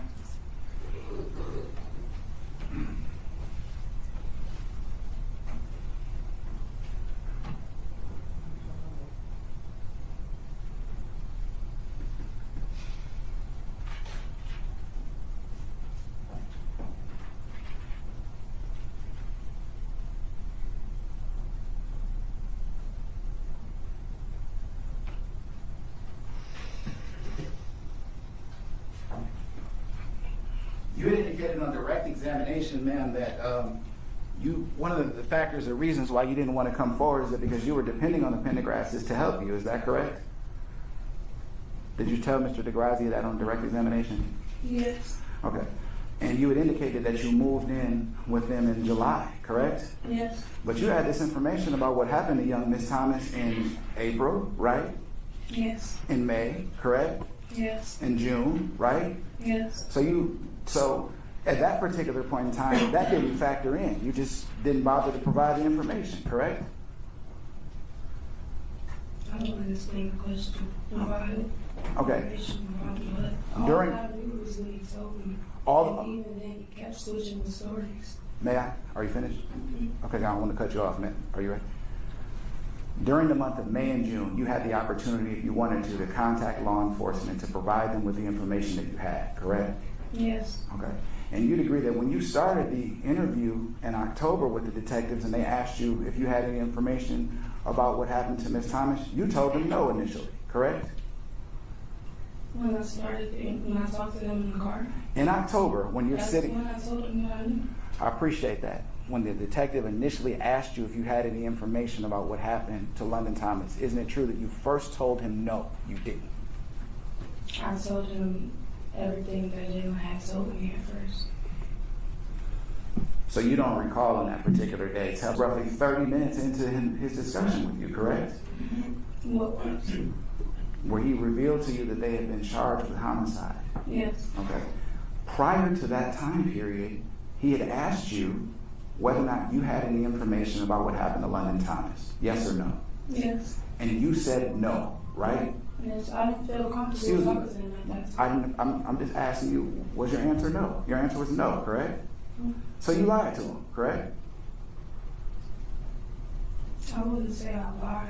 So if the law enforcement officer asked you if you have information about what may have happened or whether or not Jalen said anything to you about London, and you say no, but I you, didn't straight up say no. I told him, I still told him things. I didn't just say no, I don't know anything. We still talked. I still gave him information. okay. Nothing further, Judge. Thank you. So, I think in those last questions, you were saying that it wasn't until the officer told you that they were being charged and were going to jail that changed your mindset about what you were going to tell the police? Yes. What about that fact made you change your mind about what you were going to tell the police? Because if I told them everything, knowing how Jalen would react, he was. When you were with him? Yes.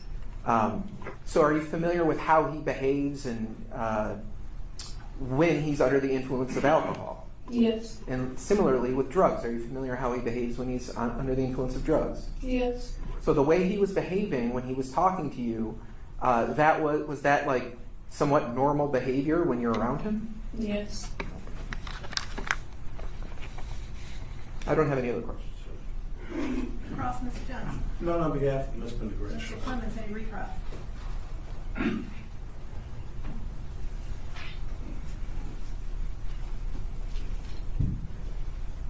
In relationship to the normal behavior that counsel was just asking about, that normal behavior existed in the month of May and the month of June after you had the conversation with Mr. Pendergrass? Yes. I don't think it's been many times I've been around Jalen sober. Almost every time we were together, we were either drinking or doing drugs. Okay. That was normal. And the walk to Inkster during the particular time, is it your testimony that he was also drunk? You've already testified that he was drunk, correct? Yes. He wasn't aggressive with you during that time, right? No. Didn't threaten you during that time, correct? No. And we're talking about in the ambit of time, this would have been in May, correct? Not on that day at that moment, no. But during the walk, you recognize I'm asking about the walk because this is when you claim that he made this, he provided you with this information, correct? Right. Right. And we're talking about during the time period in the month of May after he was arrested and released the second time, correct? Yes. Thank you. Nothing further. Ms. Wilkerson, you can step down. Thank you so much. Next one. People call Jermaine Lynch.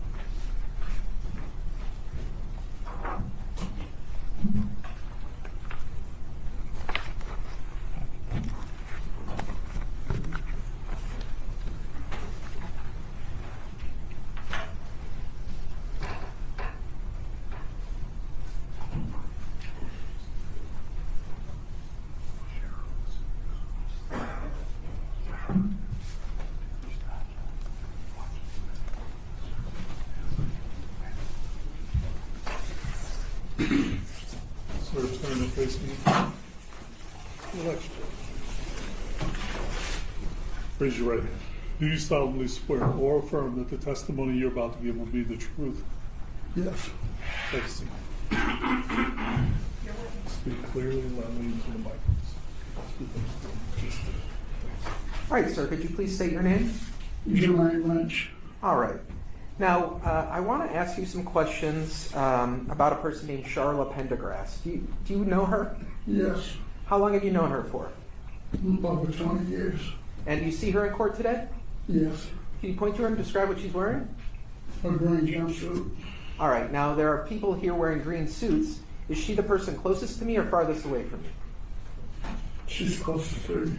For the record, the witness is identified. Ms. Pendergrass? Regular civil. You said you've known her for 20 years?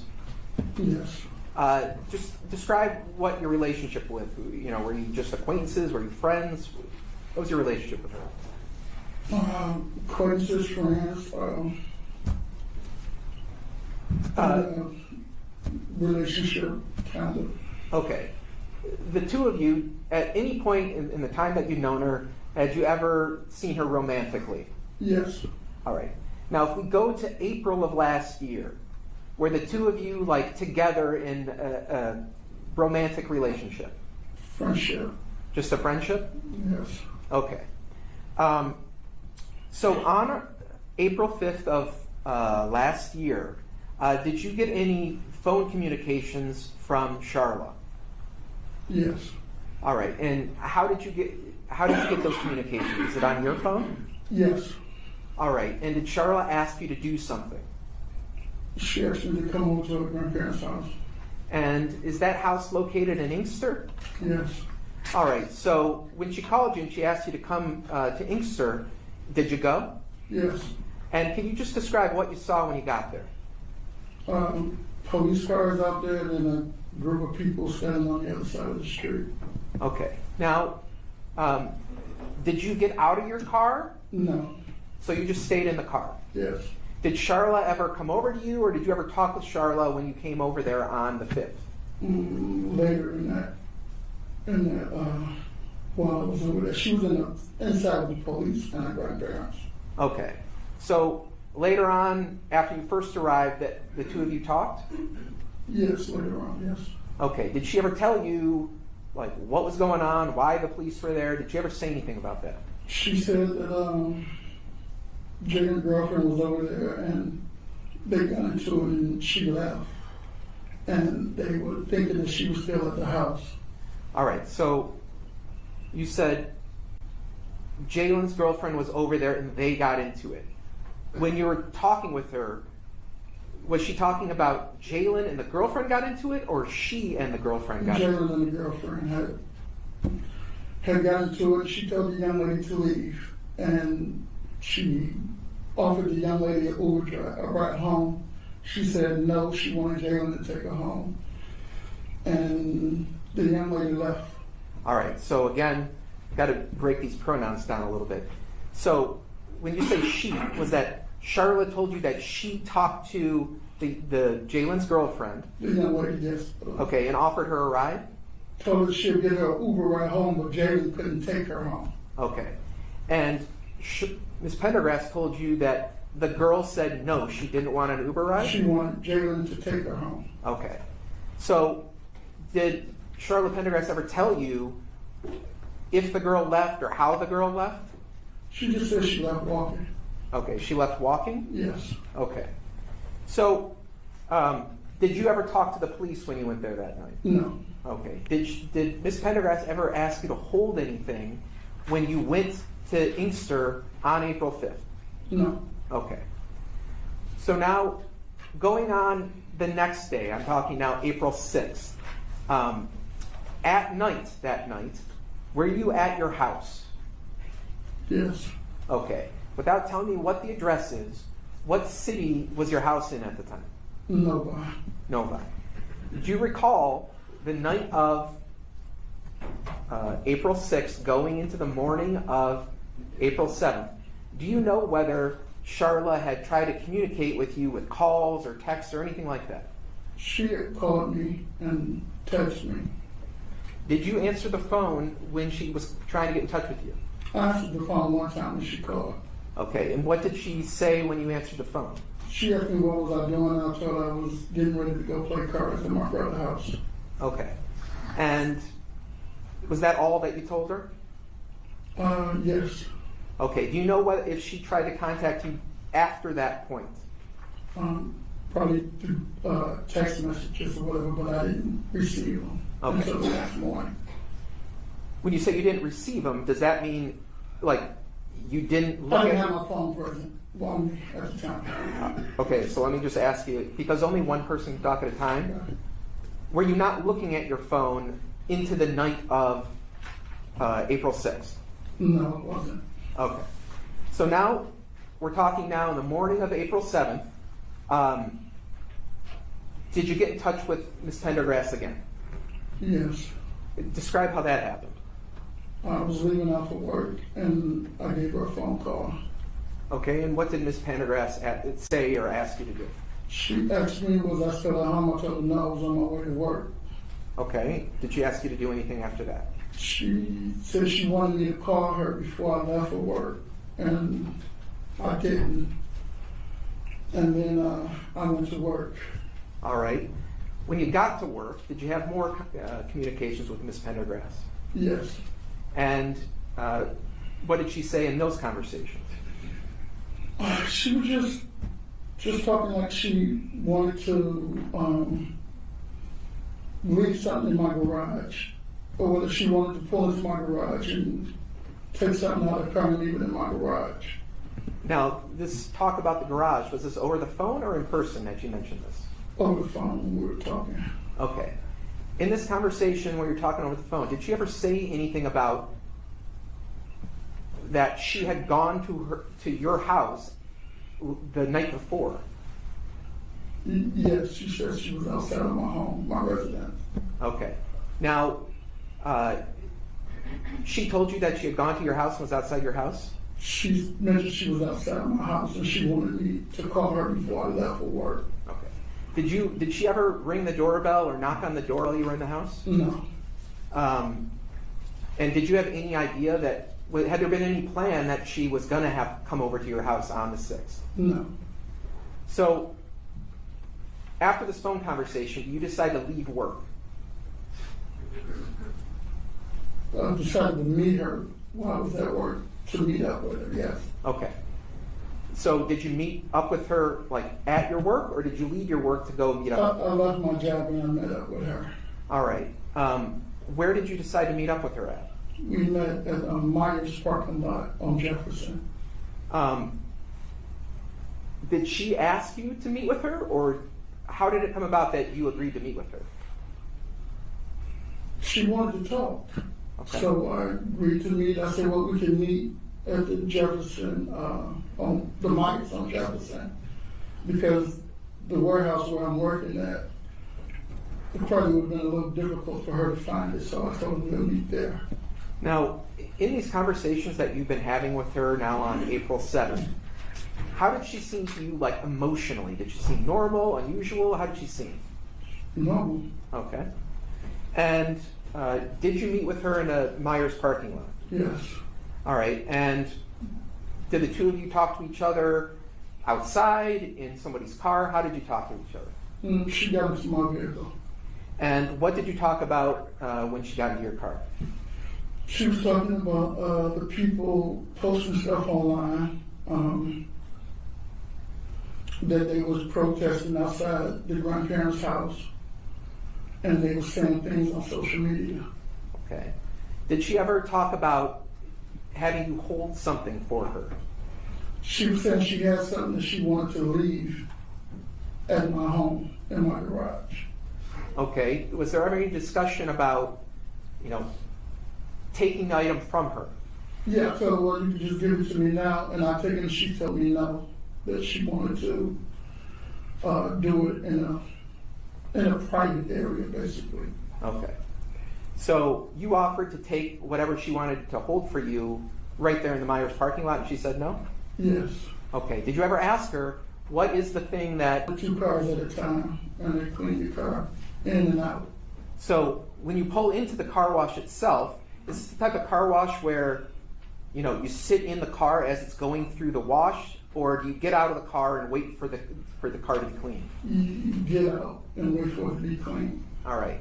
And the inside of the car wash, is that like enclosed so that if you're standing outside of the car wash, you can't see what's going on inside? Yes. Okay. So do you go to the car wash? Yes. And did Charla go with you? Yes. Can you describe what kind of car she was driving that day? She got a new car, a blue Nissan Kick, I believe. Okay. And what kind of car were you driving that day? Black Lincoln Navigator. Were you the only person in your car? Yes. Was she the only person in her car? Yes. So describe what happens when you get to the car wash. We were just at the car wash and we were just talking regular and talking about her grandparents and their health condition and everything, and just a normal conversation. Okay, and so at some point when you're in the car wash or at the car wash, do you transfer any objects from her car into your car? Yes. Describe what happened. She opened the trunk of her car and there was a tub in there. I grabbed it and set it in the back of my vehicle. All right, now this tub, can you kind of describe it? It's just a tote with like taped up or whatever, but you know, I just grabbed the tote and set it in the car. Okay, so in terms of like the size of the tote, was this something like the size of like a piece of paper that I'm holding, or something bigger? It was a big tote. It was like a tote, like it took 2 arms to carry it and lift it, so it was a nice sized tote. Okay, and you mentioned that the tote was taped up? Yes. What kind of tape did you see on the tote? Just like a plastic bag and something taped around it or whatever. And do you remember what color the tote was? Not really. Okay. In terms of, you picked up the tote yourself. Yes. Was it light or heavy? Can you describe it? I mean, it was heavy, but it wasn't too heavy where I couldn't lift it. Okay. But did you grab it out of her trunk, or did she take it out for you? No, I grabbed it out of her trunk. Okay, and then you put it in your trunk? Yes. Besides the tote itself, were there any other like objects, boxes, bags, anything like else that was put on in your car? Whatever was on the tote was on the tote in the car, and I grabbed it all together. Okay. I mean, like, really, I don't really remember what was on it, but everything that was in the tote or on the tote was all one movement, like from there to there. That was it. And did you put it in the trunk of your car? Yes. What happened after you put the tote container into the trunk of your car? Finished my car wash, and we both left. She went, I don't know where she went, I went back to work. All right, and what did you do with the tote after you were at work and then you went back to your house? What did you do? It was just in my trunk. Okay. Did you notice that there were any weird odors or anything like that when you were in your car? No. Okay. Did there come a point in time after, well, strike that. Did she ever say anything to you about what was in the tote? No. Did she ever say anything to you about how long she wanted you to hold it? When we talked, she said she wanted to leave something in my garage for a couple of days. A couple of days? It was just a couple of days. And I thought I didn't have any room in the garage because I have another job where I have a lot of wheels that are in there. Wheels? Is that Wheels, yeah. Was there ever a plan about how she was going to come take the tote from you? No. Okay. So you've got the tote in your car. Do you ever open the tote to see what's inside? My uncle. Your uncle? When you moved the tote, did you move it or did your uncle move it? My uncle moved it. Okay. At the time the tote was moved, had you opened the tote or done anything with it other than put it in your car? No. Did you notice any odd smells or anything like that in your car? No. So, where was the tote moved from? Your car to where? To a Ford Edge vehicle. All right. And was the Ford Edge moved to another location? Yes, Was that on Millard Street in Southfield? yes. Why did you move the Edge that was holding the tote to a house in Southfield? I had to move the car from the job site because they were going to start charging storage or whatever for it being there. So I moved it to a friend of mine's home into her driveway. So were you present when the Ford Edge, which was holding the tote, was moved into the driveway of that house? Yes, I drove the Edge. Okay. And did you park the car there? Yes, Did you leave the car? yes, When you left the car, did you ever open the tote? no, Did you ever see anyone open the tote? no.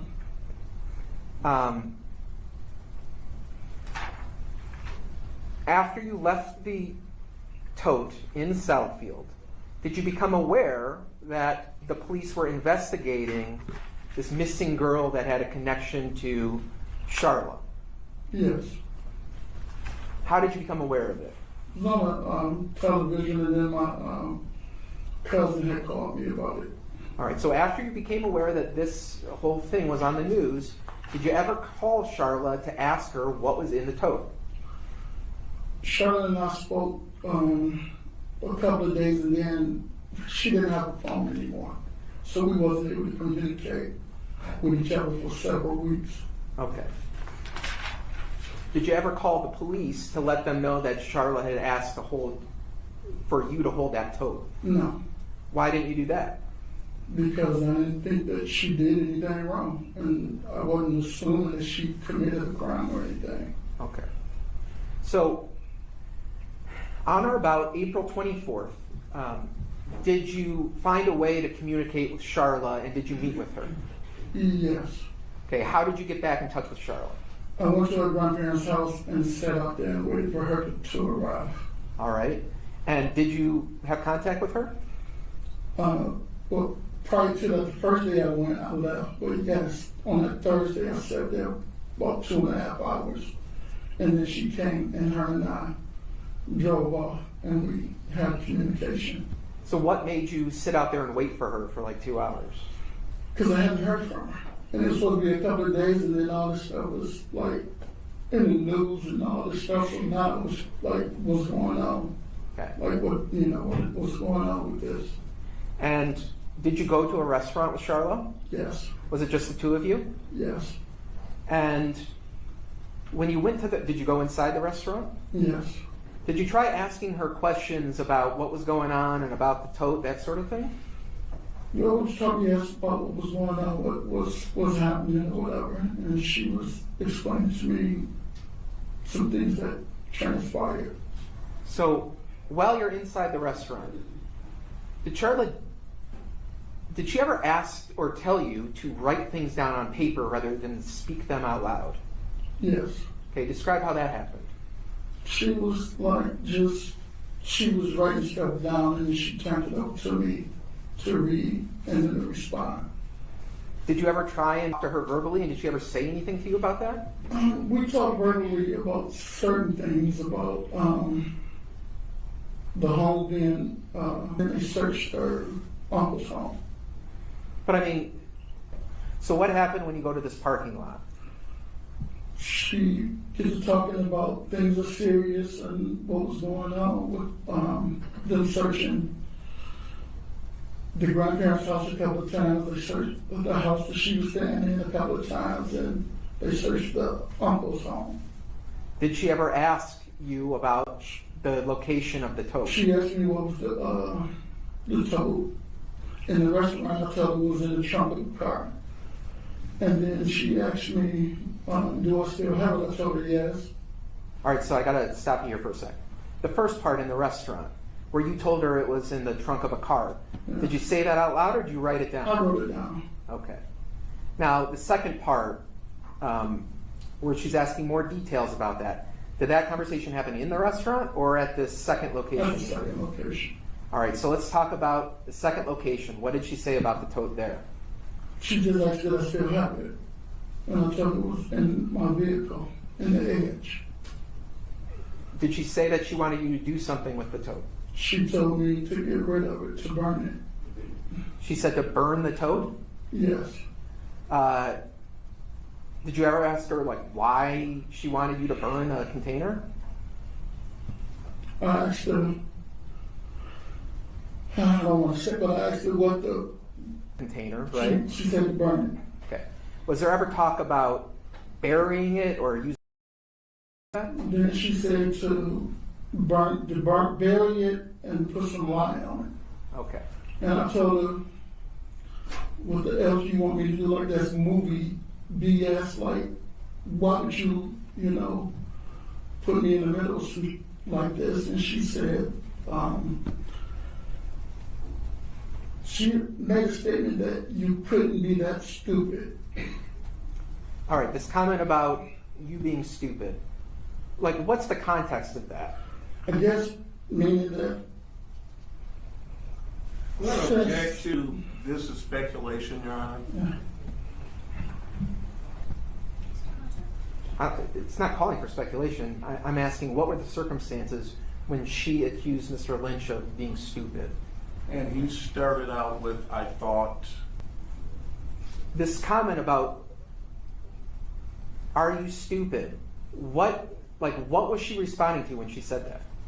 when I was feeling like I'm not burning anything, I'm not burying anything, I'm not going to get any light and do anything like that. Okay. So after these comments, did you talk anything else about what she wanted you to do with the container? No, because she was talking and I walked away. And I got in my car and left. Okay. I was just irate. It wasn't anything else for us to talk about. So you just decided that you just wanted to leave the conversation? There was nothing else to talk. I was upset. And if I stayed any longer, I might have been getting myself in some trouble, so I left. How did she react when you just decided to leave? She called my name a couple of times and was trying to, get my attention and talk, but I was shaken up that I couldn't, communicate with her. So after this conversation, did you contact anyone for help or advice? I called a lawyer. Okay. After you talked to a lawyer, what did you decide to do next? Take him a retainer and have him call to that we had some evidence probably pertaining to the case. All right, when you say he was going to call them, who do you mean by them? He called a friend of his in the Eastern Police Department and left a message. And Judge Matt has that we clarify who he is for the record before we talk. And I would also object if he doesn't have firsthand knowledge about this situation, what someone else did. That would be hearsay. All right. I can ask some more questions. All right, I'll think. When you say he was going to call a friend, are you talking about your attorney? my attorney, Who is your attorney? Christopher, I can't think of his last name. Christopher Quinn? Quinn, yes. Okay. Now, it was your understanding that he was going to call somebody, a police officer in Inkster? I was sitting there with him Okay. when he dialed somebody in Inkster that he knew, a detective, but they didn't answer the phone. All right.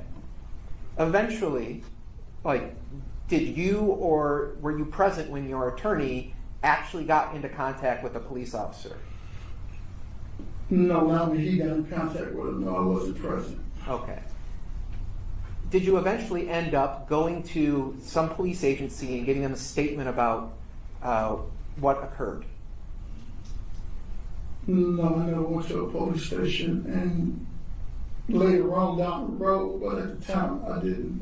Maybe a week or so later, Okay. I went to the state police office downtown on 2nd. That's when you made a statement? Yes. Before that happened, did you ever go to Millard Street in Southfield? Yes, so I met with him on a Friday. When you say him, who are you talking about? Mr. Quinn. Okay. Friday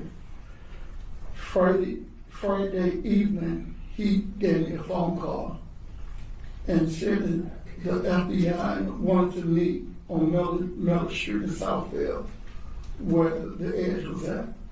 So did you go to that location? I think we met around sometime in the evening between, I think, 5, maybe 6 o'clock, something like that. And when you got there, was the edge in the same place where you had left it? Yes. Okay. And it was after that day that you had more conversations with the police? Yes. Okay. Now, at any point from when you first received the container to when the police went to Millard Street, did you ever find out what was in the container? No. Okay. Did anyone ever tell you that there was a body or some type of illegal evidence inside the container? No, not until after they did the investigation. Okay. Why didn't you ask Charla or demand that she tell you what's in the container? We're friends, and I didn't honestly believe that she or her son was capable of doing anything like that to anybody. So I never object to that statement, Your Honor. What's the objection? Your Honor, doing what to someone? I mean, there's been no conclusive evidence of anything at this point, and that statement is. I'll withdraw. It's fine. I'll withdraw. So you were saying that you didn't think that. I didn't think Charlotte or Jalen was capable of anything. Okay. Now, do you remember coming to the prosecutor's office and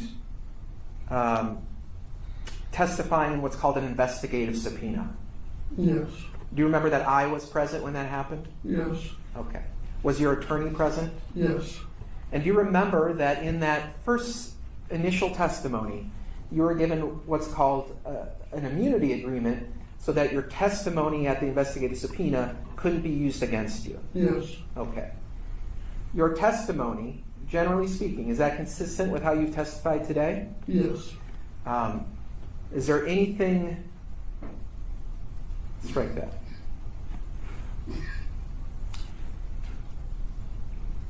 In your phone, did you have contacts listed or saved for Charla Pendergrass? Yes. Did you also have a contact and phone number saved for her son, Jalen Pendergrass? Yes, but I'm not sure if his name was on it or not, but he was in my phone. Okay, and her son, person I referred to as Jalen Pendergrass, do you see him in court today? Yes. What's he wearing? A green jumpsuit. Is he farthest away or closest to me? Further. Okay. For the record, the witnesses identified the defendant. Rebel silver flag. What was your relationship like with Jalen Pendergrass, like over the years? So, regular relationship, like, I had a relationship with his mother, so we interacted a lot. I mean, whenever I was around with them. Were you and Jalen like separate friends where you would go out, just the two of you, and like socialize, things like that? No. Okay. Well, all this was going on after April 5th and when you obtained the container. Did you ever call Jalen to find out what was going on? No. Okay.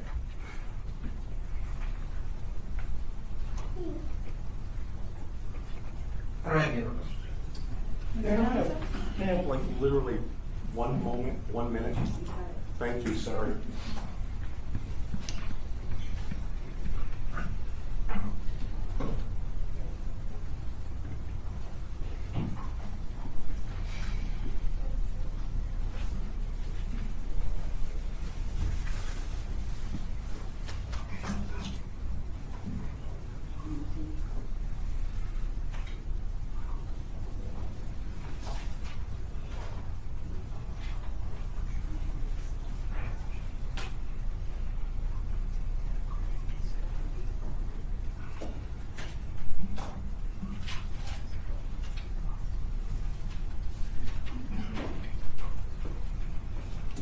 Thank you, Your Honor.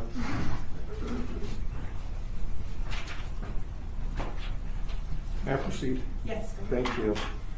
Mr. Lynch, I'm Terry Johnson. I represent Ms. Charla Pendergrass. I'm going to ask you some questions about your testimony, okay? Yes. Any point you don't understand my question, stop. I'll try and rephrase it, okay? Yes. Okay, thank you. What was your relationship with Ms. Pendergrass on or about April 5th? Friends. Just friends? We on and off relationship. We friends though. We're on and off. What does on and off mean? Sometimes we're in an intimate relationship, sometimes we're not. We're friends. Regardless of what, she's still a friend of mine. Okay. So, right now, on April 5th, 2025, your testimony, you were not in an intimate relationship with Ms. Pendergrass, correct? On and off, yes. Isn't it true that you were trying to get back with Ms. Pendergrass prior to April 5th? It's true I was being the man April 5th. Okay, well, we'll talk about what that means shortly. You sent her door dashes, correct? Yes. Okay. Matter of fact, isn't it fair to say that just on Zelle alone, over the past couple years, you sent Ms. Pendergrass over $14,000. You'd agree with that, won't you? Probably even gave her more than that, yes. Yeah. So Yes. you had a relationship with her, and you bought Ms. Pendergrass things, right? Absolutely. Matter of fact, I think I saw one text message. You gave her your credit card Yes. to use things, right? You gave her clothes, Yes. shoes, Yes. social disease. I don't know about that. Okay. Isn't it true that you, Ms. Pendergrass, basically kind of wanted to back away from you because you contracted a social disease? Objection, relevance. Goes to his motive, Your Honor. Well, first of all, it calls for speculation about why his client would not want to see him anymore. Well, he would have firsthand knowledge of what's going on, and I could provide the text messages if we really want to get deep into it, and I'm not talking about what specific it was, and I believe... A little latitude, go ahead. Thank you. Overruled. She didn't want to be intimate with you because of that, correct? Just yes or no? No, it's not true. Okay. But you were still trying to be intimate with her over the past month or so, correct? Yes. Okay. Now, April 5th, you went out here to Inkster on Carlisle Street. What was the purpose of you coming out? She called me. Okay. And it's your testimony you didn't get out of the car? At all. Why? I mean, No, I want to make sure I understand. The police was there. There was no need for me to get out of my vehicle. She wasn't in any danger. The people that she was referring to were across the street. They wasn't in front of her or Jalen, so therefore she didn't need me to get out to defend anyone. Okay, so you thought you were going there to defend her. Well, I was going to help her if it was a problem, yes. Okay, did you talk to her No, before she you just went said there? she needed me to come over there. Okay, and your friend, you just so I'm clear, how was your friend acting? No, Okay. You didn't want to get out and give your friend a hug? no, Kiss on the cheek? no, Some form of affection? no. So, and April 5th was the day London went missing, right? Objection, calls for speculation. How was that speculation? Because I don't know that. Hold on, Mr. Lynch. Hold on. I believe, let me rephrase. April 5th was the last day London was seen, correct? I don't know that. All I know is my friend called me. And when you got out there, what did you find out? The police was out there looking for the young lady. Okay. So you found that out on April 5th, correct? Yes. Okay. You left on April 5th, correct? Yes. Where did you go? Home. Did you call Ms. Pendergrass back to see how she's doing? Your friend? Probably not. And you testified when Mr. Garazzi asked you before, did you talk to her on the 6th? You remember that question? Yes. And you said you talked to her one time. That's correct? You I can recall. That you can recall.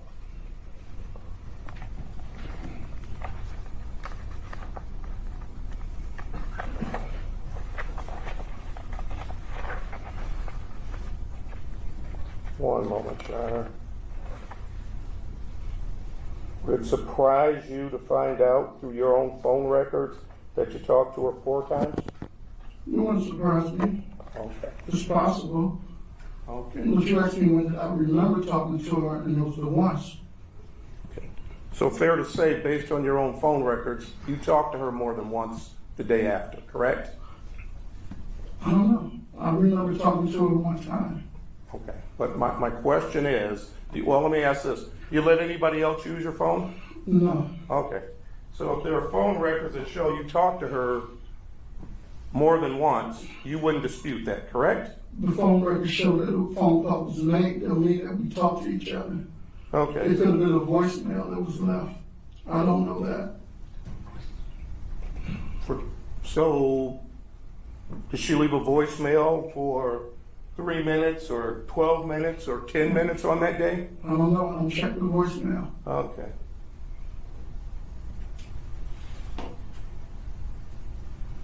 And on April 6th,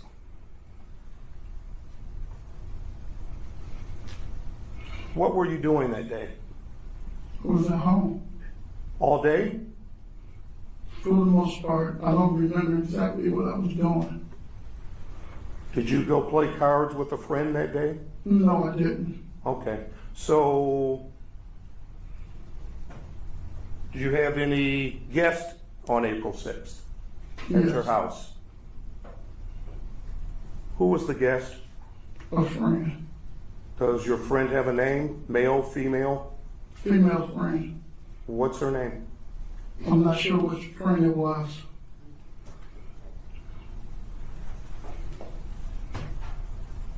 Did you provide a name to, do you know this gentleman sitting at the table here with the black tie? What do you mean by knowing? Do you know who he is? Yes. Okay. This is Detective Sergeant Hartman, correct? Yes. Okay. Did you ever give Detective Sergeant Hartman of the Michigan State Police, did you ever give him a name of the person that you were with on the 6th? No. So all we have is your word on this, right? Yes. And now make sure I understand. It was someone there, but you couldn't remember who was there, correct? Correct. Okay.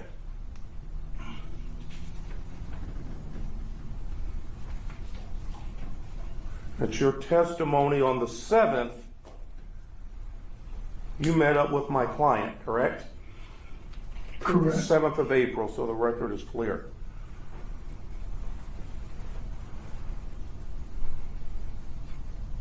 How many times, Mr. Lynch, would you say you have talked to the police about this incident? I'm not sure. Okay, well, let's see if we can remember. You just testified. Well, I'm going to go through and just tell me if I'm wrong, okay? You and your attorney called the police somewhere on or about April 25th, correct? Yes. Okay, and for the record, all of these are in 2025. You'd agree that a few days later, on or about April 29th, you went to the Michigan State Police and had a conversation with Detective Sergeant Hartman, correct? Correct. Okay, so that would be 2 times, correct? You'd agree with me that you were called back a 3rd time. I don't think that would be 2 times, but the first time I didn't talk to anyone. Okay, that's fine. We'll go with that. Your attorney did the talking for you the first time. He didn't talk to anyone. He made a phone call to someone. So let me make sure I understand, just so I'm clear. Your attorney made a phone call, but you were asked to come out to the house on, is it Milford? Millard, thank you. The house on Millard Street? Yes. Did you go there? Yes. Did you talk to anyone in law enforcement while you were there? Yes or no? Yes. Okay, so you talked to the police on that day, correct? Yes. You talked to the police on the 29th, correct? Yes. Okay. That would be 2 times thus far, correct? Yes. Okay. I want to go back to the 7th. You met my client at a Meyer parking lot, correct? Yes. Did you tell Sergeant Hartman on the 29th, when you sat down with him, that it was your idea to go to this car wash? I'm not sure, but I told him yes, that I told him I was going to get my car washed. Okay. So it was my idea for the car wash. Okay. So it was your idea to go to the car wash? Yes. Okay. So it wasn't my client's attempt to conceal something or not do something in public, correct? She didn't say that. You said, just so I'm clear, it was your idea to go to this car wash, correct? So if you're being clear, she didn't want to give me the object in the open. She wanted to give it to me somewhere secluded. Okay. So if you're going to be clear about all of it. Well, I'm very clear because you remember on the 29th, and we could play the video back. You remember on the 29th, you were asked this question. Was there any conversation about the tote or a package or anything? And you said, no.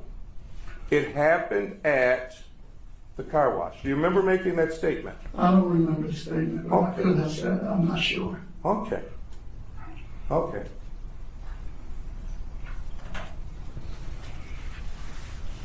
And this tote,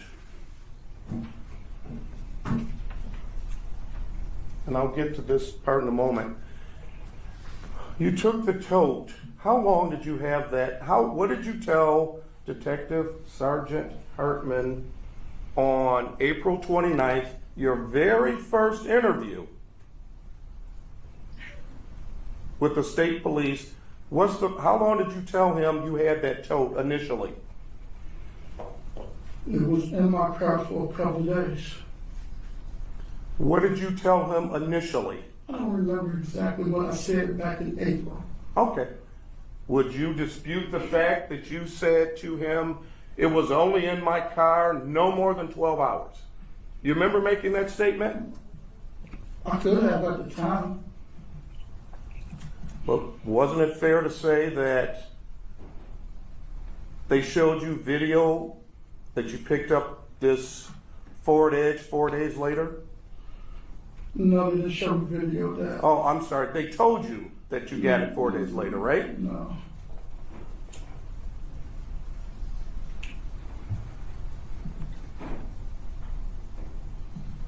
Let's talk about this Ford Edge. You said you had to pick it up from your job, your former job, correct? Correct. How long had that Ford Edge been sitting at that former job? For over a year. Over a year. Over a year. Closer to 18 months? Could be 2 years. I'm not sure, but it's been sitting there a while. Okay. And just so I'm clear, all of a sudden, it's an urgency to go get this Ford Edge. So I received a phone call from the HR person of the company stating that I need to move the Edge. And it just so happened to coincide with what was going on. So I was able to move it. Okay. And that text message, I believe it was, is that correct? Would you It was agree? a phone call and a text message. And a text message, okay. So that came on March 28th, correct? Correct. Okay. And in that text message, you said, I'll get it next week. Correct? Okay. You'd agree with me that between March 28th and April 11th is more than a week. Correct? So I may say a week, it may be a month, but I said a week just to give me more time with it. So when she say something, I'll say I'll get it next week, maybe. I mean, what do you want me to do? Yes, I told her a week. It took me longer than a week. Okay. But I knew she would give me leeway to pick it up. So just so I'm clear, well, no, I'm not going to ask that. Let me ask you this. So you got more time. Were you supposed to do anything when you got the edge?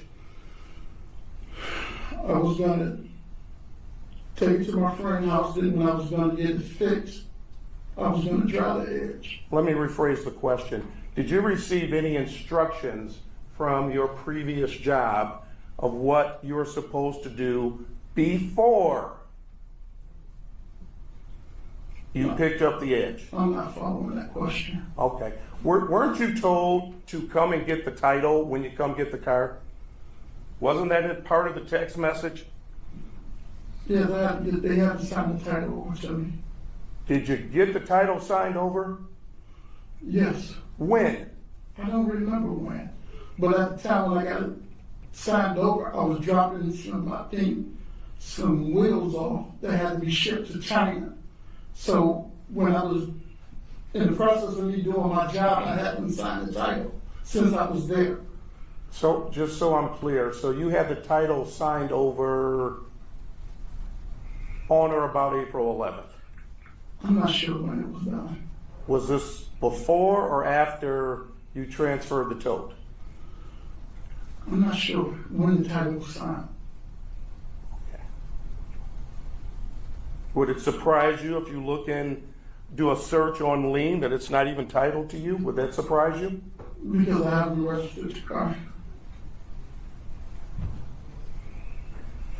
I don't even have a car.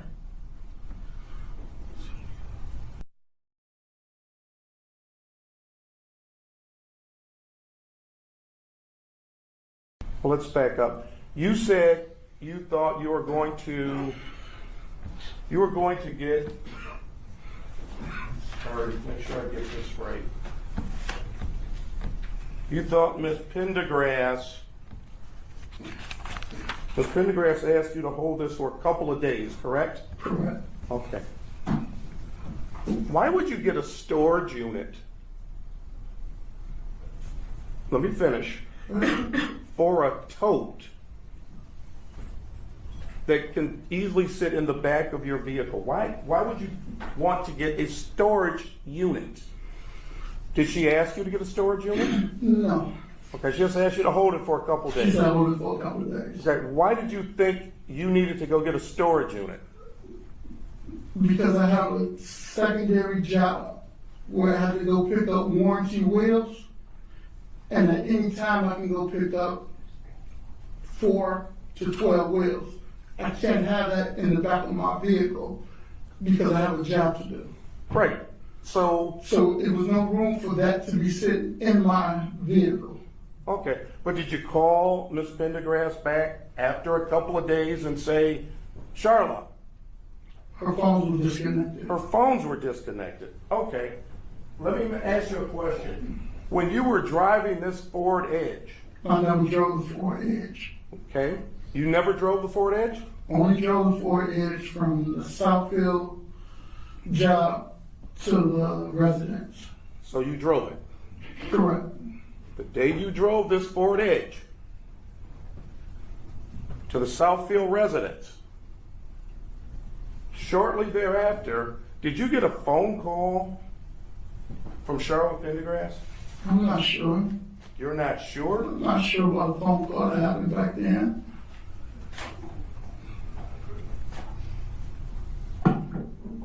So if your phone records indicate you were on the phone with Miss Pendergrass, then I was on the phone with her. For 19 minutes? Yes. Okay. That's what it says. So you won't dispute that? If that's what the phone record said, yes. Did you say to her at that point, Charla, I got this tote. I got to get this out of here. You told me a couple days. Did you say? No. Why not? Because we didn't talk about that. We talked about everything that was going on in her life with the grandparents. It was a normal conversation. So now you remember the conversation. I don't know. I just know that we never talked about the total anything anymore. Okay. So you talked to her, according to the records, 2 times on that day. And you never, in your recollection, you never talked about the tote, correct? Correct. Okay. How do you know this lady, your friend, Shantae Williams? And just so the record's clear, this is the Millard address. Correct. Okay. Did you call her and say, Shantae, I'm bringing this to your house? Probably 2, yes. Are you guessing or you're sure? She knew I was bringing the car to her residence. I don't know when. How did she know you were bringing a car to her residence? We talked and we spoke about it.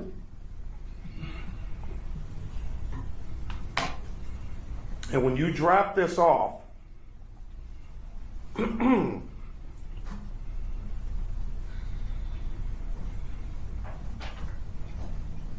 you didn't go back at any point until the police were called, correct? Probably I dropped her daughter off at home, then I picked up from daycare. At that house? At that house, So yes. you had gone back to that residence where that Edge was parked, yes or no? Yes. Okay. Did you tell the Michigan State Police, specifically Detective Sergeant Hartman, that you've been back to that address before? I'm not sure.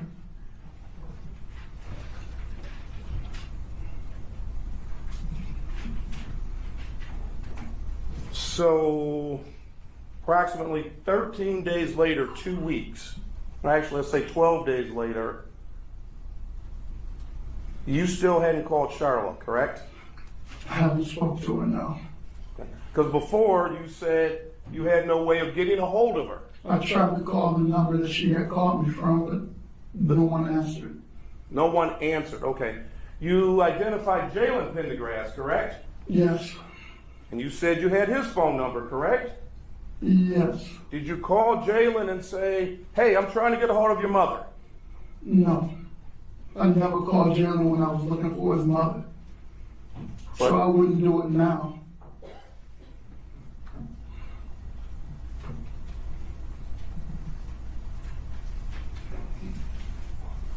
And it's your testimony, you came out to Inkster and you sat on Wednesday, the 23rd of April. That's your testimony. Yes. Why would you come out to this lovely city and just sit in front of a house? Because I haven't heard from Charla. Okay. And I wanted to know what was going on. So you're concerned about it? I'm concerned about what's going on now, yes. What do you mean, what's going on now? Because it was on the news and everything about this young lady missing and everything, and they were the last ones to see her. You didn't know that on April 5th when you pulled up and didn't get out of the car? I didn't think that anything had happened to the young lady because prior to that, Charlotte told me that the grandmother called her and said they spotted the young lady somewhere at a restaurant. So I'm assuming that the young lady was just upset and she had went off somewhere. Okay. But you were concerned, and you were not concerned enough to pick up the phone and even call Jalen to ask him. Well, let me ask this question. On that day that you sat outside the house on Carlisle Street, did you knock on the door and ask for the grandparents? You've met the grandparents before, correct? I did the Thursday, not the Wednesday. Okay. That Thursday I went, after 2 hours, I knocked on the door. Her grandmother came out and told me that Jalen was there. Jalen came up. He told me that his mother would be pulling up shortly. And I sat back in my car and waited. You sat in front of somebody's house for 2 hours. Almost 3. Almost 3. Yes, Waiting. absolutely. And you didn't, and again, you testified you've met the grandparents before, correct? Yes. And you didn't go to the door and say, I'm just checking on Charla, is she okay? Can you have her call me? No, I just told you I sat in my car and was waiting for Charlotte. I had a relationship with Charlotte, not her grandparents. So why would I involve them in anything that Charlotte and I are doing? What are you and Charla doing? Our friendship is between her and I. It's not between her and my grandparents. So I don't interact with her grandparents. I never went to a picnic with her grandparents. I never went out to dinner with her grandparents. I was never over at her grandparents' house to have dinner. So why would I go knock on the door and say, hey, Charlotte here, can you let me know what she's gonna be at and all that? My relationship wasn't with them. Did you know where Charla lived She moved back to, in April? Yes, And you would agree with me, she didn't live in Inkster back in April, correct? she was caregiving for her grandparents. Understand that, it's not my question. My question is, you knew she didn't live there at the Carlisle address in Inkster, correct? Correct. And you sat outside and stalked her? I did what? So, Sat outside, waiting on her? absolutely. Oh, okay. And the next day, I want to make sure I understand, the next day being Thursday the 24th,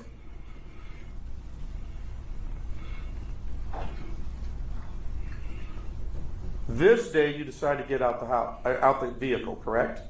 So Wednesday, I only stayed about 30 minutes and I left. That Thursday, I sat there for over 2 hours waiting. So, just to help you along. Oh, so I it's not get that it. I did it Wednesday and Thursday. I sat there for 2 hours each. No. Wednesday, I pulled up about 30 minutes or so and I left to go pick Shantae's daughter up from daycare. So I couldn't stay. So that Thursday, I didn't have anything to do. That's the day that I stayed there and waited for Charlotte to arrive. On that Thursday, when Charla pulled up, this wasn't planned, correct? It was planned for me. It wasn't planned for her. All right, so your plan was to sit outside her house until... And wait till I saw her to speak with her. Okay. And you saw her? Absolutely. Did you get out of the car and talk to her? When we went to the restaurant. It's not my question. When you No. first saw her on Carlisle, after waiting there, as you said, could have been 3 hours, did you get out of the car and talk to her? No, she pulled up. She waved at me while she was in the car to follow her, so there was no need for me to get out the car. She waved at you to And follow her? said, follow me. She did this. One moment, Your Honor. Sorry.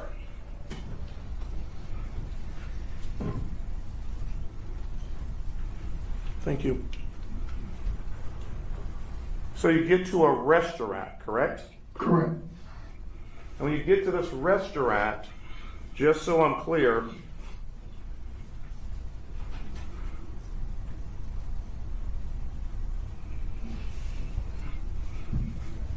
she starts writing things down. We had a little conversation, and then, yes, she started writing things down. Okay. Where'd she get the pen and paper from? Her purse. Okay. And what happened to the pieces of paper? She kept them with her. She kept them with her.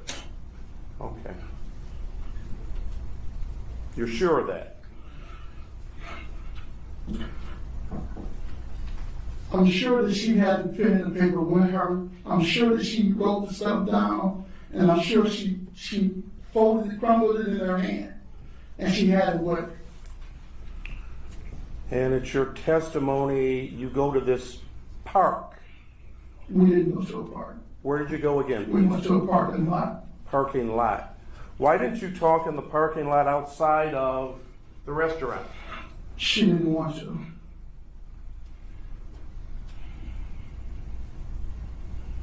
And it's your testimony, this is when you get to this parking lot, she tells you to get rid of this tote.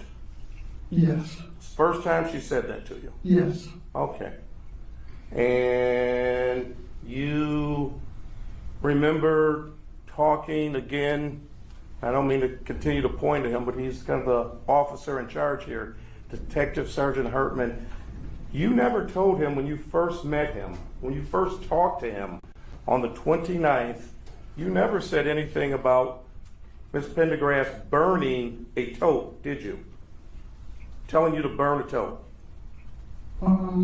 Maybe I can think of it. I'm not sure. Okay. But he has it in the statement written down or whatever. Okay. Did you ever tell him? She told me to burn it is what I told him. Did you ever? But you never told him about getting lye. I told him that she said for me to get some lime, bury it, and put lye on it. But you never said on the 29th, bury it and lie, correct? I'm not sure. Well, you'd agree with me. I mean, I'm not sure. You have the testimony, you have it, so you know what I said. I was there with my attorney. You don't know what you said? I'm not sure what I said. You want me to be specific about everything I said that day? I'm not sure. I could have said it, I could not. I don't know. You'd agree with me the truth doesn't change, correct? And none of it has. Okay. So when you told the officers that you had the tote for 12 hours and they told you that wasn't correct, and later on at another interview, somewhere around June 4th, you had a different story, correct? I'm not sure. In preparation for your testimony here today, did you review your investigative subpoena that you had with Mr. DeGrazia? Yes. Okay. And you stated in there, if I'm not mistaken, I had it in my car I even drove by the police department. I had that tote in my car for 3 days. For however long she gave it to me until we transferred it over to the edge. Okay, so it wasn't the 12 hours as you first told law enforcement, correct? At the time of this, I don't know what I said. I was nervous and I probably spoke out of turn and said 12 hours. Well, you were. I've never been involved in anything like this. So let me ask a question. You stated your heart dropped, etc., on this the day that when she told me to burn it. Allegedly told you to burn it. Okay. And how were you feeling at that point? Like I wanted to put my hands on her in a violent way. Have you ever done that? No, not really, no. I think we may have had a shoulder match before, but never like where I physically jumped on her or anything like that. So what do you do when you walk away from her? Just walked in out of my car and left. Where do you go? I went to a friend's house, home. To do what? Play cards. Make sure I understand, just so I'm clear here. Someone had just told you something that you thought was so egregious, so despicable, and you said your heart dropped, and you were telling me how you felt, and you went to someone's house to play cards? And lost a lot of money that night too. Oh, wow. Yeah. You didn't call the police that night, did you? No, I didn't know what to do. My mind was wandering and racing.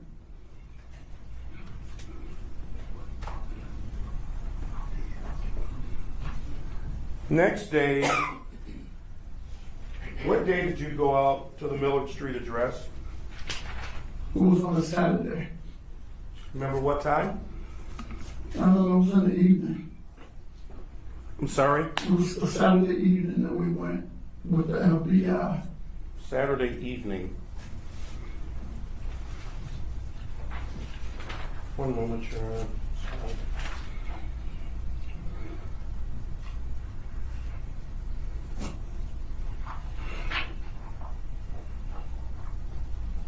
Other than your attorney on that Saturday, who else did you talk to? about what was going on Millard Street?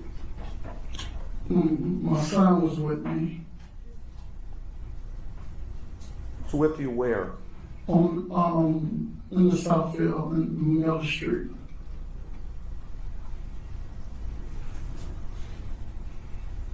Did you talk to, were you in Canada that day? Later on the 6th, probably after, I went to my son's house over there when we got done with the FBI and everything, yes.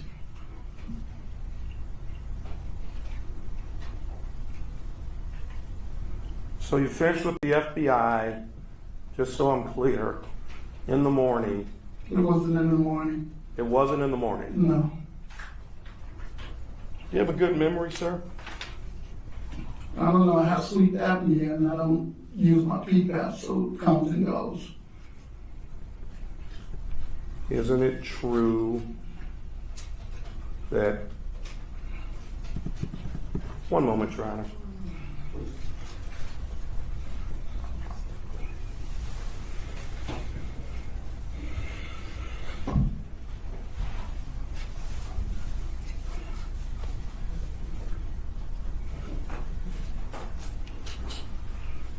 Thank you, Your Honor.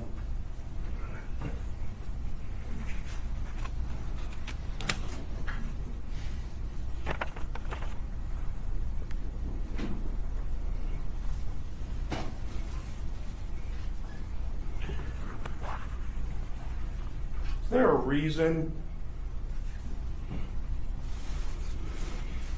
if you were so concerned about this tote, you didn't take it back to Charla and Inkster when you were sitting outside of her house?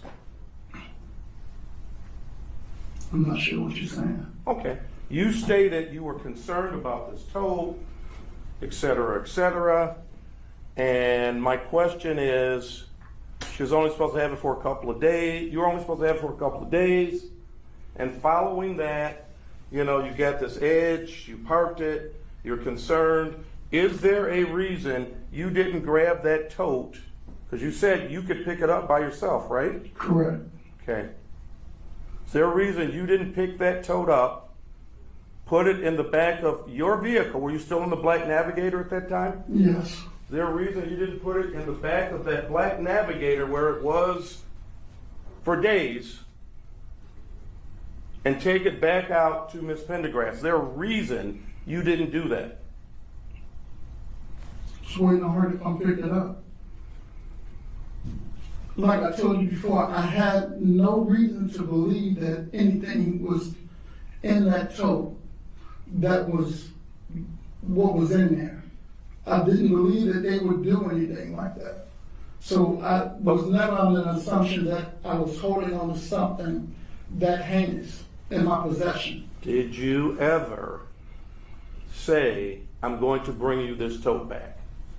We never spoke again. I just told you that. We didn't have any more communication until I met up with her that Thursday. And you didn't say to her, when are you coming to get this tote? No. No further questions. Mr. Clemens? No, thank you. No, No, Your Honor. Thank you, Mr. Roach. People call Special Agent Chris C. Sir, please watch your step.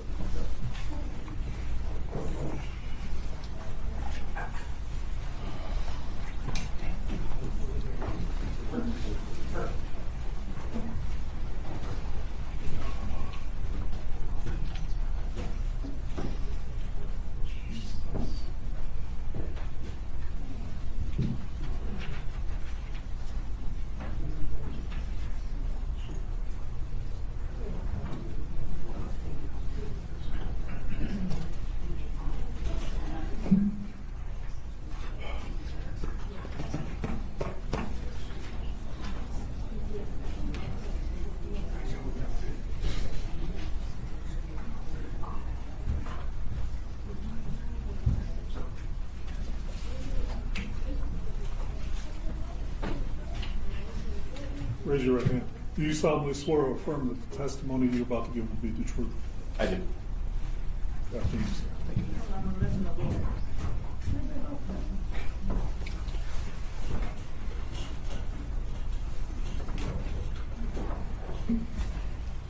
Officer Bennett?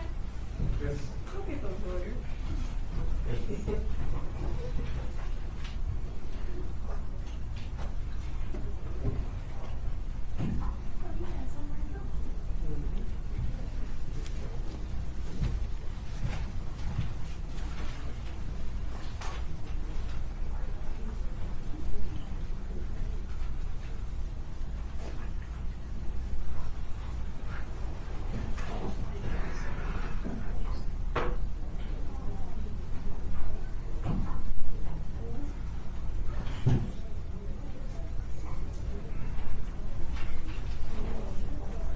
All right, Counsel, you're with us. Good afternoon. Could you please state your name? Yes. My name is Special Agent Christopher Siegel. And where do you work? I work for the FBI. And how long have you been an FBI special agent for? Just shy of 18 years. Did you work as a police officer for any other agencies prior to that, or just for the FBI? Just the FBI. All right. And did you, through your work in the FBI, become involved in the investigation into the missing person by the name of London Thomas? I did. And how did the FBI become involved in that investigation? We were originally contacted by the Detroit Police Department Missing Persons Unit. They asked for assistance in locating London. And so you were assigned to help in that investigation? I was. Were there other investigators from the FBI who were also involved? There were. And your team or unit with the FBI, were you handling this investigation by yourselves, or were you working with other police agencies like the Detroit Police? Yeah, that's correct. We were supporting the local police agencies. Okay, and you in particular, like what was your responsibility or job responsibilities in the course of that investigation? So I was assigned as the lead investigator on the FBI side for that investigation. Like I said, we were originally contacted by the Detroit Police Department, also Inkster Police Department as well. And so we were assisting with them with locating London and providing resources. Okay. And on February 8th of 2025, were you present during the execution of a search warrant at 27262 Carlisle Street in the city of Inkster? I was. And at that time, on February 8th, had London Thomas been found? She had not, no. Okay. And so when that home was searched, were you present for that? I was.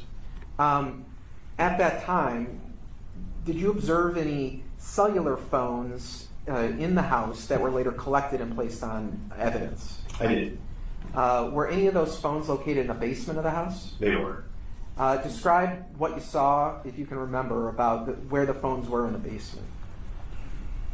From what I can recall, they were located there was a corner in the basement that appeared to be a makeshift bedroom, if you will. There was a bed and a dresser, and the phones were in that general area.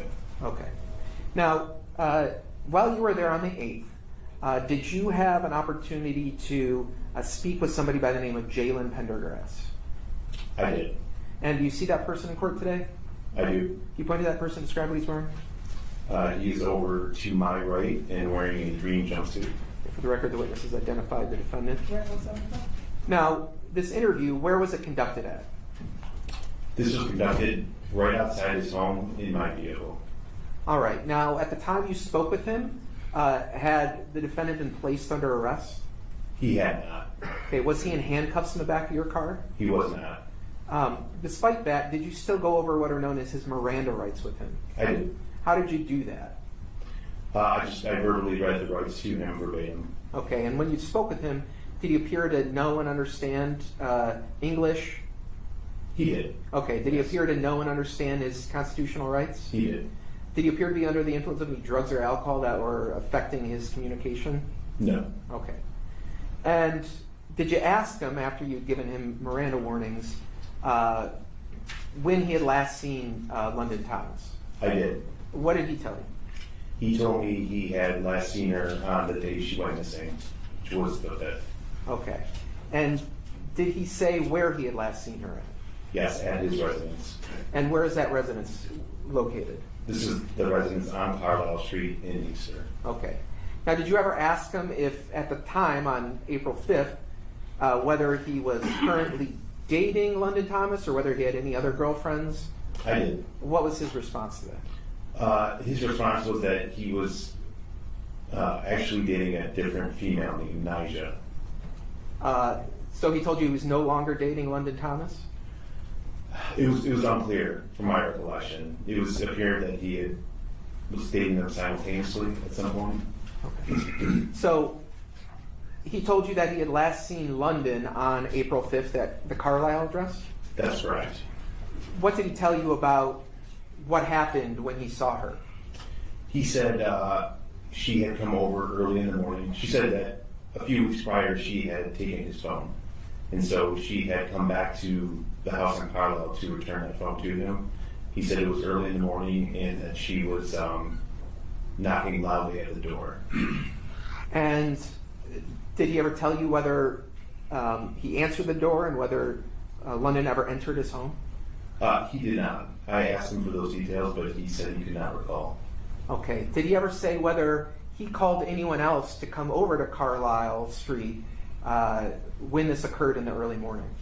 Yes, I believe he said he called Charlotte. Okay. This person you referred to as Charlotte, do you know what her relationship is to Jalen Pendergrass? That would be Jalen's mother. Okay. And do you see her in court today? I do. You point to that person, describe what she's wearing? She's directly in front of me and also wearing a green jumpsuit. Okay. For the record, he's identified Charla Pendergrass. So he said that he called Charla that night? Correct. Did he ever tell you whether Charla came over that night? I don't recall.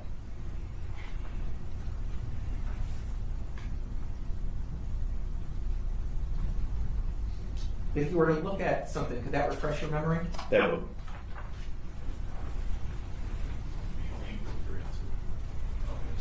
Okay, approach her. Yeah.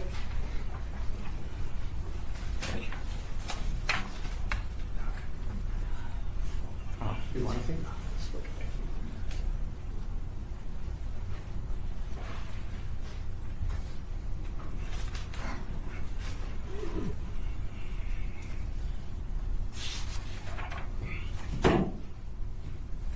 Okay, does that refresh your memory about whether Mr. Jalen Pendergrass told you that his mother Charla had come to the house on Carlisle?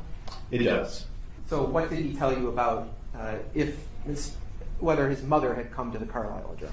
He said that she did come to the address. Okay, and did he say that did he give you any more details about what occurred when his mother came to the address? He did not. Okay. Did there come a point where he told you that he couldn't remember anything? Yes. Okay, describe how that happened. Like I mentioned earlier, we got up to the point where London had arrived to the house. He had called Charla. Charla came over. I asked him for further details after that, and he stated that he couldn't remember. I believe he said specifically he couldn't remember because it was early in the morning. And you're asking about events that had occurred 3 days prior to your conversation with him? That's correct. Did he ever tell you he had some sort of memory issues or any explanation for why he couldn't remember events 72 hours before? He did not. Okay. So I now want to go to April 10th. Were you at a home located at 49141 Paloma in Van Buren Township? I was. And was there a search warrant executed at the home at that time? There was. And that day, while you're at the Paloma address, did you speak with Charla Pendergrass? I did. Where did that conversation occur? That occurred outside the home, also in my vehicle. All right. Now, had Charla Pendergrass been placed under arrest when you talked to her? She had not. Had she been placed in handcuffs? No. Okay. Regardless of whether she was detained or arrested, did you go over her Miranda rights with her? I did. How did you do that? I read them verbatim, and I also explained to her that she was not under arrest and free to leave. Okay. And did she appear to know and communicate with you in English? She did. Did she appear to be under the influence of any substances that were affecting her ability to communicate?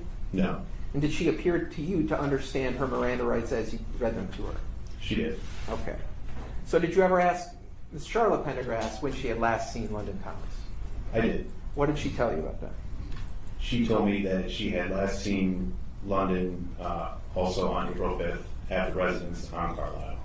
All right. And what did she tell you about what happened when she saw London Thomas at Carlisle Street? She said she didn't go into too many details about what happened in the house, but she said that London did leave on her own on foot. Okay. Did she ever tell you anything about offering to give London Thomas a ride, or how she was going to leave the house? Yes, she said she offered to give London a ride, but London refused. Okay. Now, did you ever ask her whether or not she knew where London Thomas was headed or where she was going when she left the house on foot? I did, yes. She said she did not know. Okay. Now, do you recall asking her whether or not London Thomas took her phone with her when she left? Yes, I asked Charla that. Okay, and do you recall what her response was? She was not sure where the phone went, whether it was with London or somewhere else. Okay. So, in the course of this conversation, did you ever ask her whether, after Ms. Pendergrass had seen London leave on foot, whether she, I'm talking about Charla now, left the house on Carlisle? Yes, correct. Okay. So what did Charla Pendergrass tell you about leaving the house? She said a while later, her and Jalen became concerned about London leaving alone on foot, and that they got into their car to head to London's mother's home to warn her that London had left. And did she tell you that they did in fact go in the car and drive somewhere? She did. She said they both got in the car and they started to drive to London's mother's home, but at some point during that trip they decided against it and turned around and came back to Carlisle. Now, when you're having this conversation with her, were you aware of what call detail records were showing in terms of where London Thomas's phone may have been going and where Ms. Charla Pendergrass's and Jalen Pendergrass's phone may have shown at that time? I was. So did you confront her about any inconsistencies about the story that she told you? I did. And what was her response to that? Her response was essentially that she didn't remember any details about that specific trip. Okay. Did you ever ask her how it is that London Thomas's phone could be traveling in sync with her vehicle as it traveled away from Carlisle Street? I did. What was her response to that? Her response initially was that Charla often left her car unlocked. So her theory was London may have left the phone in the car at some point. When confronted some more, she said that maybe London was actually in the car for that trip. Okay. But she couldn't recall if London was actually in the car or not.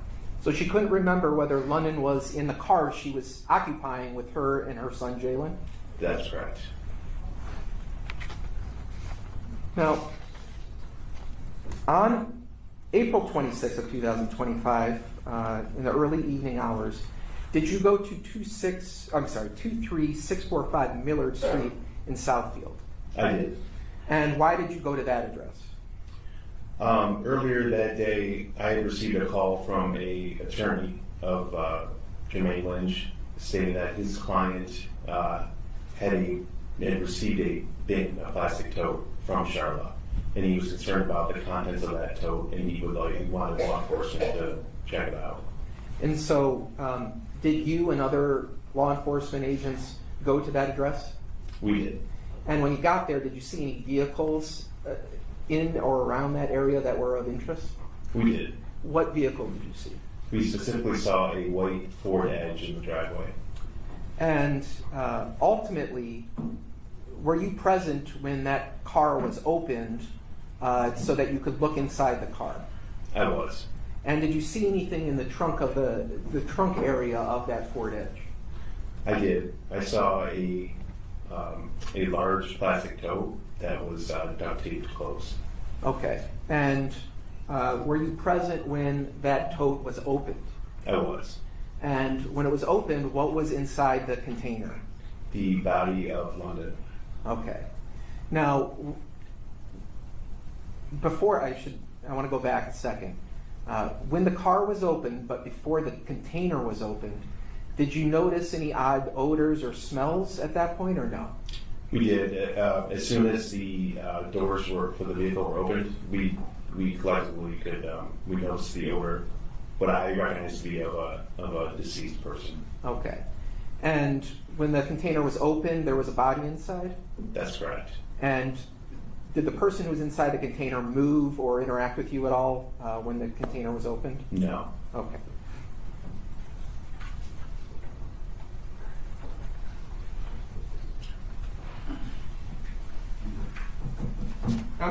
May I approach you? Yes. I'm going to show you what's been marked as People's Exhibit number 2. It contains 4 pictures. You could just look at these and let me know whether you recognize what's depicted in those photographs.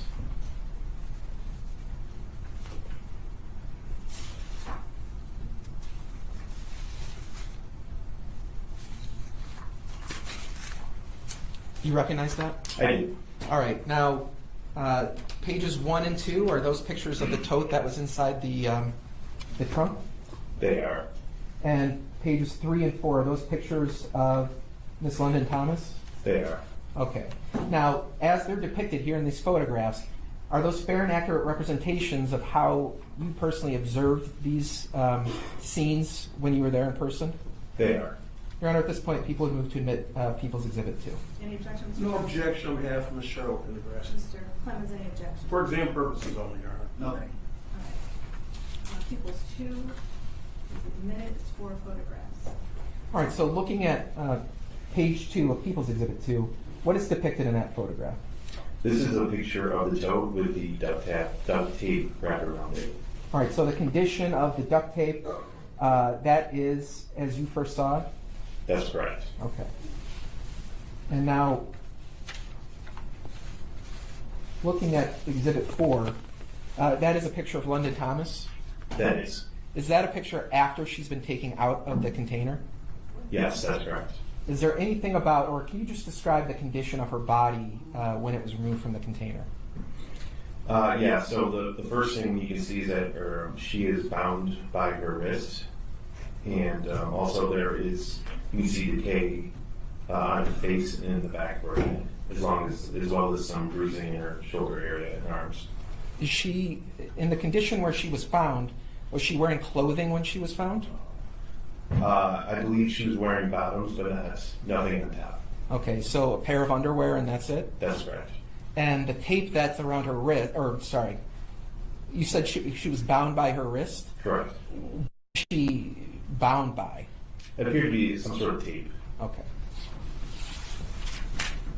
May Your Honor, may I approach this to the court? Yeah.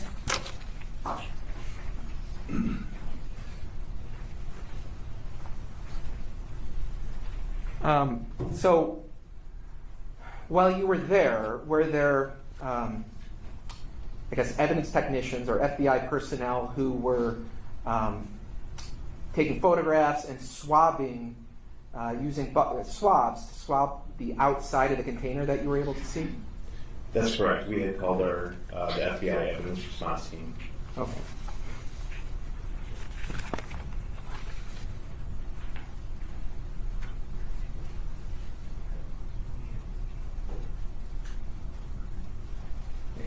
And just to be clear, I may have misspoken, said February in terms of the time frame we're talking about. All my questions in terms of these events, the statements from the defendants and the recovery of the body, that all occurred in April of 2025, correct? That's correct. Okay. I don't have any other questions. Mr. Johnson? I'll be very brief. Good afternoon. Good afternoon. Agent, question for you. What time, when you were, You executed a search warrant on this location in Southfield, correct? Correct. What time was that search warrant executed, approximately? I don't need the exact moment. But I'm going to say probably around 5 in the evening. 5 in the evening? Yeah. Okay. Was Mr. Jermaine Lynch there when you executed the search warrant? Initially, yes. Okay. No further questions. Thank you. Thank you. Mr. Clemens? No. All right. You read, right? No, Thank you so much for your stuff. Additional witnesses? no, I do have a couple of stipulations Very good. placed on the record. First stipulation is that if Trooper Arthur Williams were to testify, he would testify that he took buccal swabs from both Charla Pendergrass and Jalen Pendergrass. And that was in April 30th of 2025. No objection for exam purposes, Your Honor. Any objection, Mr. Clemens? No, thank you. All right, court will receive that stipulation. The next stipulations are that if Kathleen Gill of the Michigan State Police, as well as Sean Killian of the FBI, were to testify, they would testify that they took swabs of the exterior tote handles of the container that was containing Ms. Thomas's body. Is that correct stipulation? Yes, Your Honor. All right, it's received for exam purposes. And Your Honor, at this point I am moving to admit as People's Exhibit 3 a laboratory report, biological analysis conducted by Sarah Barr from the Michigan State Police Laboratory. Moving to admit that in evidence. Any objection? No objection for exam purposes only. Any objection, Mr. Clemens? No, thank you. I had it, Judge. All right, That's very what it good. said. Court will receive the lab report. And with that, Your Honor, I'm not planning on calling any more witnesses. I am seeking, I'll wait to argue, but I am seeking to add some additional charges. First degree murder, 750-316A. Felony murder, 750-316B. Unlawful imprisonment, 750-349B. And I would move to modify count 2 and 3, which are conspiracy to commit tampering with evidence. I would ask that those be modified to just tampering with evidence involving a felony of more than 10 years. That's 750-483-86B. And with that, Your Honor, I would rest, and if there are no witnesses, I would make my argument. All right, so just so the record is clear, Mr. Johnson, any witnesses that you plan to call on behalf of Ms. Pendergrass? None on behalf of Mr. Pendergrass. Thank you, Your Honor. Mr. Clemens, any witnesses you plan to call on behalf of Ms. Pendergrass? I would just ask for a stipulation, Your Honor. If I could just have 1 minute just to show counsel something.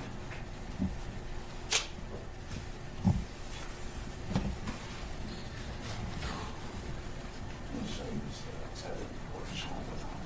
Oh, yeah.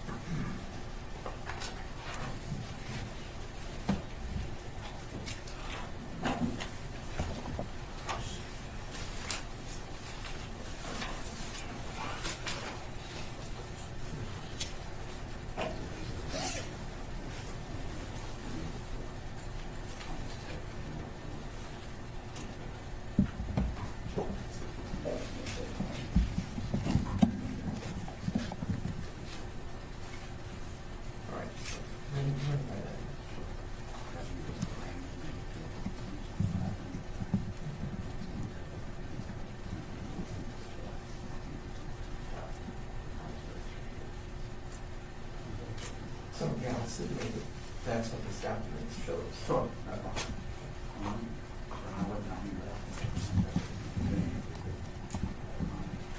Yeah, I don't know whether it's functioning or not, but yeah, I'll see whether that's what the document shows. Judge, on behalf of Mr. Pendergrass, we do have one stipulation. I would rather counsel agree to it. I'll make it as plain as I can. Is that Jalen Pendergrass was arraigned in the Novi District Court on May the 4th, 2025, and placed on GPS tether house arrest restrictions. Those house arrest restrictions were not removed until July 17th, 2025. Your Honor, he showed me a document, and that's an accurate reference to what the document says. Obviously, I don't know whether the document is accurate, but I will stipulate that that is what the document shows, and I have no reason to contest it.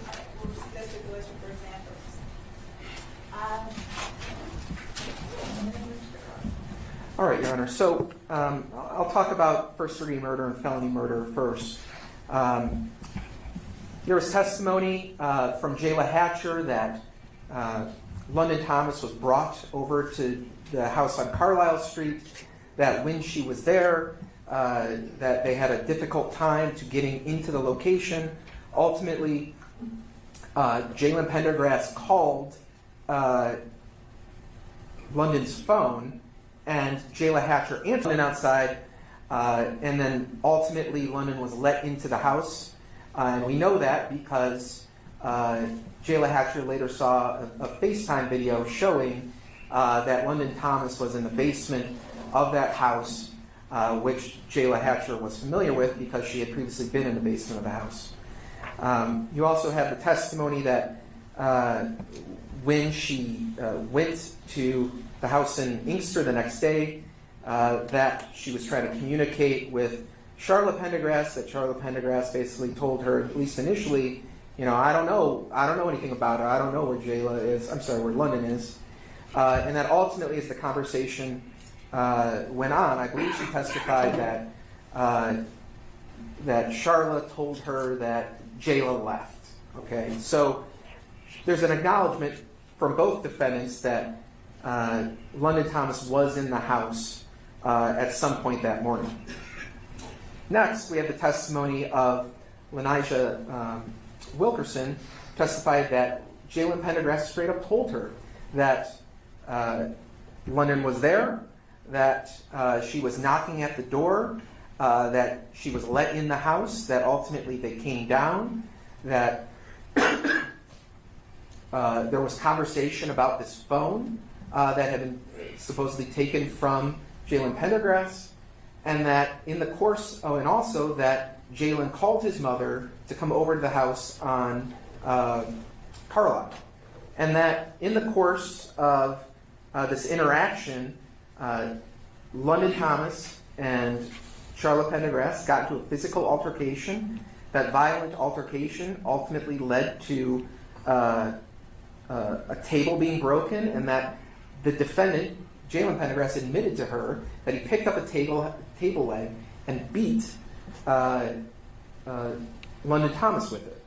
And that after this, and that while he was beating her, he was essentially asking her, what's your phone password? What's the password so I can look at your iPad? What's the password so I can look at your phone? I think clearly, just based on this testimony alone, one can draw a reasonable inference that Jalen Pendergrass was angry at London Thomas, that he was mad about this phone being taken, that he may have been upset about these, this lying about a pregnancy, and that he was upset and angry at London Thomas. Then you also have the testimony that that Jalen told his mother, or Lenijah, that his mother was part of this this altercation, this violent struggle. Then Ms. Wilkerson testified that afterwards, when Ms. Thomas asked to be let down, or asked to lie down, that Jalen essentially said, I'm going to tie you up because I don't trust you. Afterwards, now that you've got a person who's, been beaten, she's now tied up inside the basement, Jalen supposedly asked his mother, what should I do? And the testimony was that Charla told Jalen, you got to get angry, you got to get mad. And that ultimately, she told Jalen to kill her. And that, according to Ms. Wilkerson's testimony, that's what Jalen admitted to doing, by putting a belt around her neck and choking her to death. Afterwards, Ms. Jalen told Lanijah Wilkerson that the two of them put Miss Thomas inside a box, taped it up, and that Miss Charla Pendergrass called a friend to take the container. Now, obviously, I'm sure defense counsels are going to say, well, you can't believe anything Miss Wilkerson says, that this is just so far-fetched and unbelievable. What I would suggest is that her testimony is such that she knows certain facts and details. She was not present, and nobody's alleging that she was present. She knows certain facts and details about the circumstances of how London Thomas came there, what happened when they got inside, what the nature of what was going on, is such that that information could have only come from somebody who was present when it happened, and that lends her testimony credibility, Your Honor, when you're evaluating, well, what should I believe what she's saying? Then you have the other statement or admissions by Jalen Pendergrass that, referring to rap lyrics where I put her in the trunk and her family never see her again. Well, we know from the testimony of Jermaine Lynch that in fact the tote container, which contained the body of Miss Pendergrass, was inside the trunk of the car, and it's clear based on the nature of how that transfer was made that no, the family was never going to see her body again or see Lanijah again. So those lyrics, they may not be completely overwhelming evidence, but those lyrics neatly match up with what the evidence and facts are in the case. Then you have the third version where Jalen essentially blames his mother for what happened. Quite frankly, I find it hard to believe that he would simply go upstairs and just pretend like nothing was happening while his mother is fighting with a woman down in his basement. But in any event, that's another admission by Jalen Pendergrass that London Thomas was there, that there was an altercation, and that she never left that basement alive. When we talk about premeditation, right, the key testimony here is the testimony of Jalen, that where he tells Lanijah Wilkerson that after I tied her up, I went and I talked and I asked my mom what to do. Right? That is premeditation and deliberation. What should I do with this teenage girl that is in my basement, who's tied up? What am I supposed to do with her? And what his ultimate decision was, is I'm going to put a belt around her neck and choke her to death. So clearly, there's evidence of premeditation here. And also, if you look at their actions after the fact, right, the lengths they went to hide the body, to lie to investigators, to come up with some story about what happened to London Thomas, that is evidence of premeditation. Prior relationship of the parties, the defendant's actions before the killing, the circumstances of the killing itself, and the defendant's conduct after the homicide. People v. Anderson at 209 Mish Ave, 1995 case. That's all evidence that the court can use when you're deciding about whether or not there's sufficient evidence of premeditation and deliberation. Talking about felony murder now, well, obviously the same argument applies, except this time our argument is that the underlying felony is unlawful imprisonment. So if the court were to believe that an unlawful imprisonment occurred, then the court should also bind the defendant over on a count of felony murder. When we talk about unlawful imprisonment, first I have to prove that the defendant knowingly restrained another person. Well, we have the testimony of Ms. Wilkerson that the defendant admitted that he tied her up before she was strangled. We have the condition of Ms. Thomas when the container was opened, where she's got tape around her wrists. Right? If she's already dead by the time they put her in the container, why would you wrap tape around her wrists? Right? It doesn't make any sense unless you want to restrain her. Right? And even if we were to sit here and speculate, well, maybe he strangled her, but maybe she wasn't dead when she was put in the box. Right? If you put somebody in a box with tape around their wrists, and then you tape the box shut repeatedly so that the person inside can't get out, that's felony murder. That's unlawful imprisonment. Why? Because they knowingly restrained another person, and that person was restrained to facilitate the commission of another felony. That is murder, right? tying somebody up so that when I put them in a box and I tape it shut, they can't get out.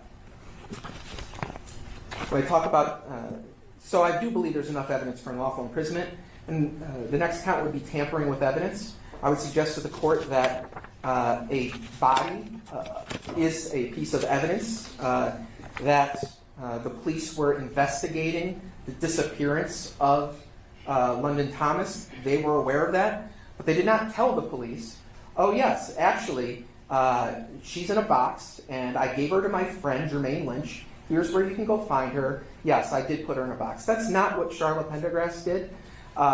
Instead, they deliberately hid the body and lied to the police about the circumstances of her leaving the home in order to tamper with evidence and to hide evidence from the police. Now, if the question is, well, what does Jalen Pendergrass have to do with that? Well, the court has the DNA results which show that his DNA, there's a extremely strong, I don't remember the exact verbiage, but extremely strong likelihood that his DNA is on the tote handles of the container that contained the body of Miss Thomas. So, and you also have the statement of Charla Pendergrass, who essentially says, yes, Jalen and I went together in the car afterwards. So that's my basis for seeking to amend these charges, Your Honor, and I will respond in rebuttal to arguments by defense counsel. Mr. Johnson? Thank you, Your Honor.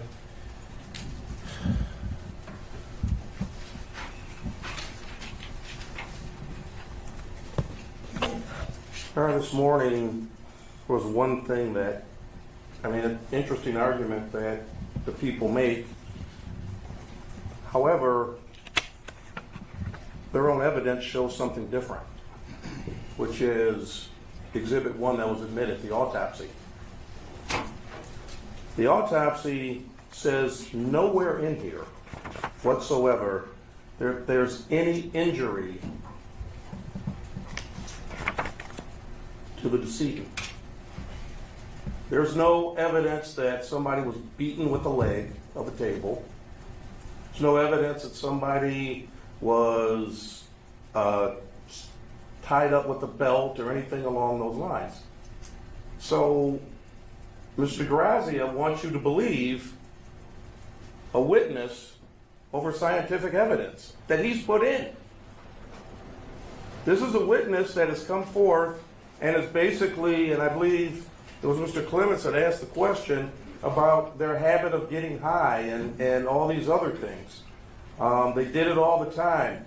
I believe the witness stated that in order to get him to talk about things, we had to be high. We did X, Y, and Z.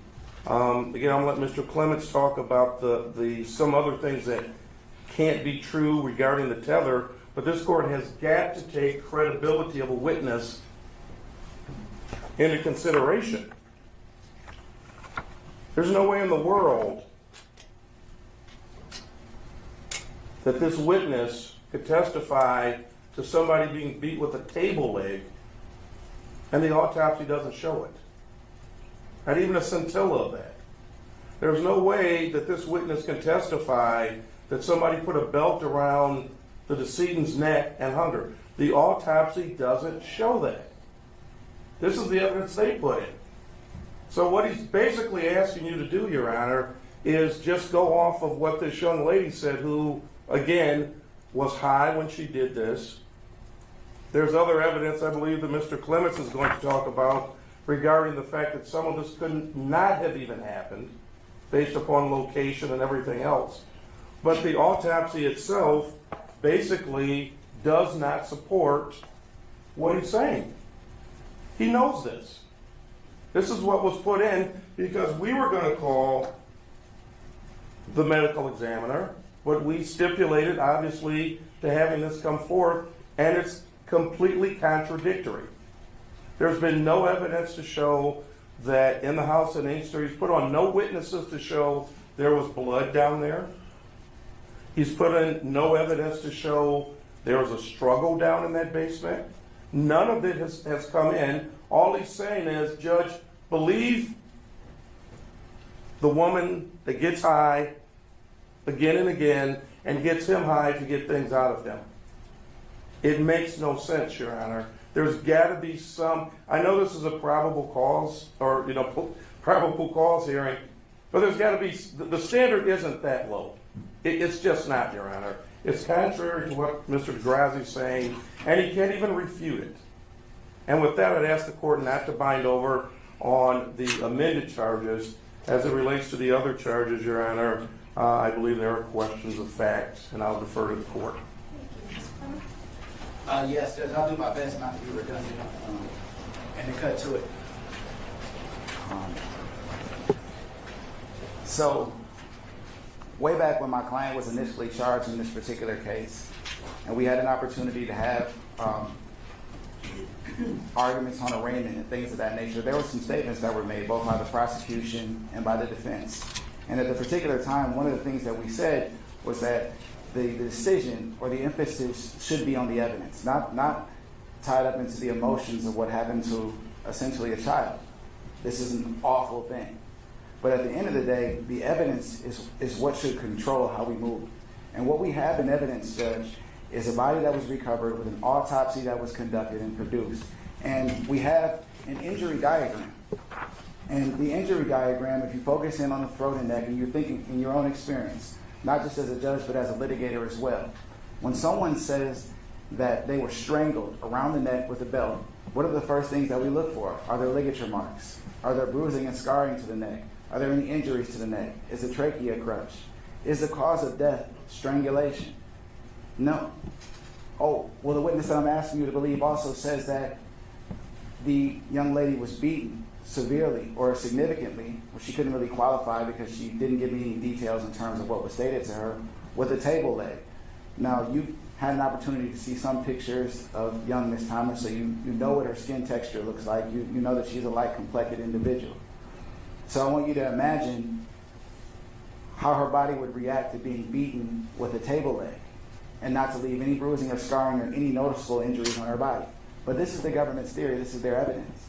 And then you factor in that Ms. Wilkerson charges had already been perfected, right? But now the government is essentially changing their entire theory, their charging base, based upon the testimony of Ms. Wilkerson, right?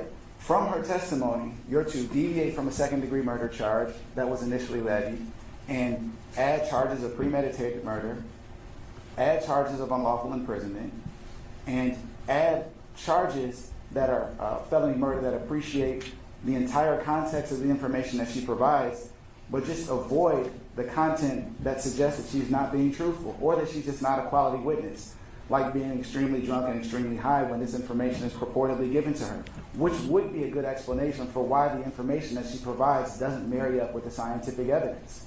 Remember, in that People versus King and People versus Anderson, which our focus is on preliminary examinations and what the examining magistrate or the examining judge is to do, is not to take your common sense at the door when assessing credibility. For Mr. Pendergrass to be able to beat London Thomas with a table leg and leave no marks on her body, for him to be able to strangle her with a belt and leave no marks on his neck, it's just something that's devoid of logic and reasoning. That's wholly unbelievable. That's incredible testimony. But what's more, and it almost blew me away, is when I asked her, I said, you're telling me that Mr. Pendergrass wasn't on tether? And she says, yes, when he got out of jail the second time, he was not on tether, but he was. Now, maybe Mr. Degrazi and I can argue at another time, and I look forward to someone being able to tell me that in your own experience, just think about this, an individual's on house arrest, not able to leave, but they left the house and just started walking down Inkster Road, and that no one monitored that. That's what you're being asked to believe. That shouldn't be accepted at any standard of proof, even at a low standard of proof, from a credibility assessment. So I'm asking that you bind the matter over only on second-degree murder and deny the prosecutor's request to amend the complaint warrant. Thank you.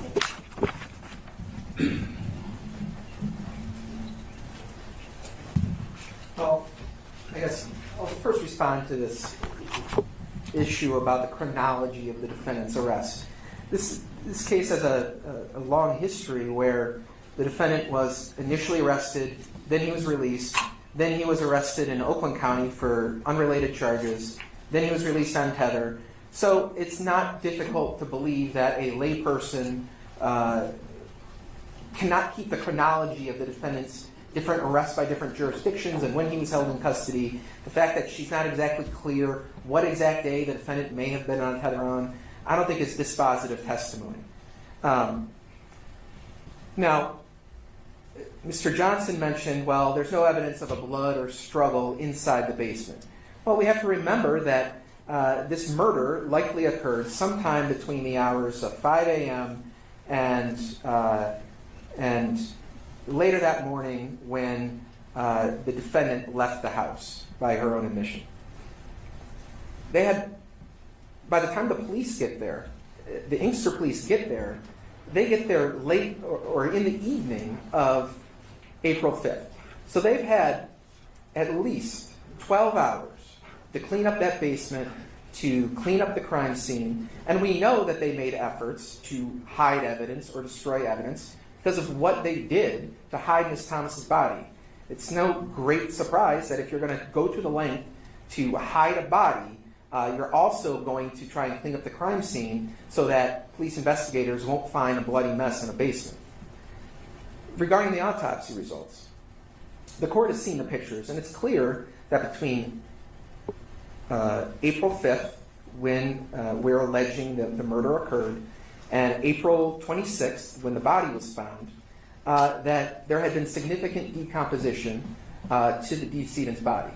It's written in the autopsy report. The court can look at the pictures. There's also the testimony of Agent Siegel that the odor was noticeable at that time. So there had been some serious decomposition. The condition of the body itself, folded up in a container in a bunched position, that is going to affect the condition of the body itself. So we don't know the exact circumstances of how badly was she beaten with a table leg, or where on her body the table leg may have occurred.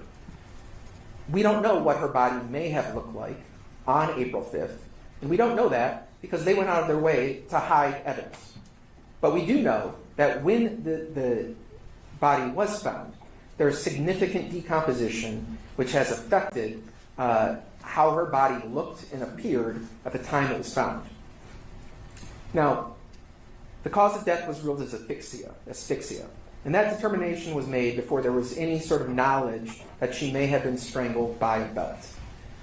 So we can draw a reasonable inference that even if she wasn't killed with a belt, the simple act of tying somebody up who is alive and putting them in a container and then taping it shut so they can't escape, that causes asphyxia. And that's why the medical examiner came with her conclusion.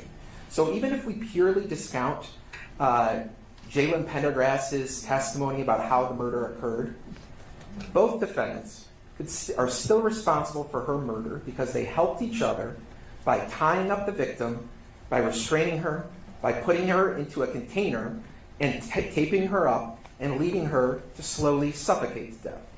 So I think that even if the court were to discount the testimony of Ms. Wilkerson, there is still sufficient evidence on this record to bind the defendant over on the amended charges as I've suggested, and that's what I'm respectfully asking the court to do. Judge, may I just ask that we clarify that Mr. Pendergrass never gave any testimony? I believe that was a misspeak, just by counsel. No. Thank you. Let's take just a short break to read the lab report and autopsy protocol, and I will be right back up. Thank you, Your Honor. All rise.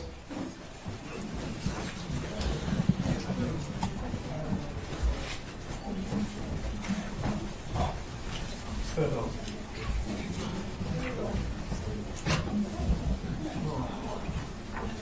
You can have a seat.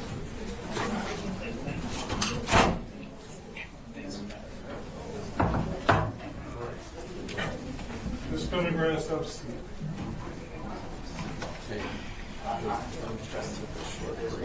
Mrs. Jones, I just want to make sure I'm correct. Sorry.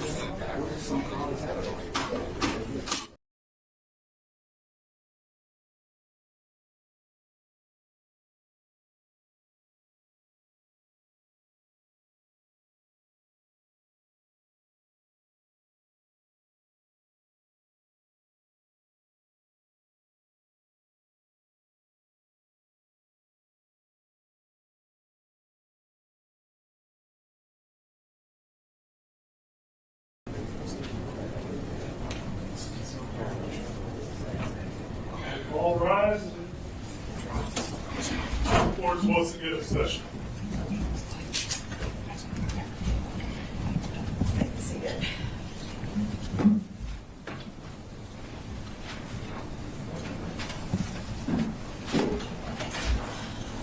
Court has heard testimony with regard to case numbers 25-1709 and 25-1710F1.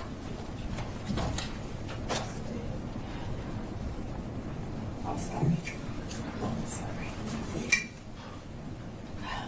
As the parties are aware, or at least the attorneys are aware, it's a preliminary examination where the court has determined whether there was sufficient probable cause that a crime was committed in the city of Inkster and that these two defendants committed it. Based upon the testimony that this court has heard today, the court does believe a crime was committed in the city of Inkster and these defendants committed it and are going to bind the defendants over. But the issue is, on what? On what are we binding the defendants over? With regard to Ms. Charla Pendergrass, the court has heard testimony that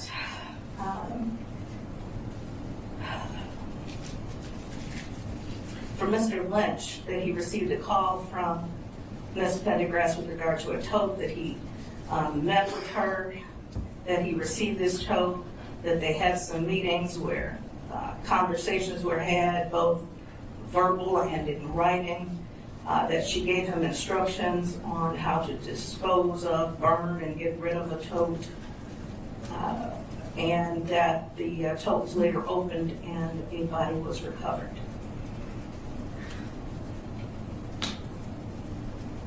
The court has had the opportunity to read the autopsy report with regard to the condition and state of London Thomas's body when she was seen by the Oakland County medical examiner. And I believe that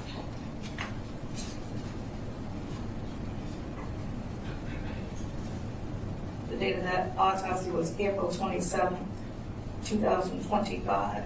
The court has also had the opportunity to look at photographs with regard to the state of London's body at the time that the bin was open.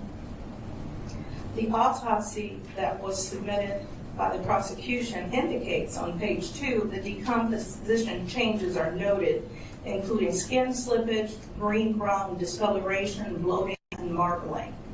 The court considered that to be consistent with a body that had been placed in a bin and was concealed for some time after the death. The court also had the opportunity to look at photographs, which are very graphic and do show trauma to the body. It is understandable to this court how a medical examiner wouldn't be able, or may be able to, I don't know, they didn't testify, but may or may not be able to testify to this type of bruising being as a result of decomposition, or if it was as a result of actual trauma and specific beating of the body. There would need to be more testimony on that. But just looking at the photograph, there's trauma to the body that would be consistent with injuries and a beating.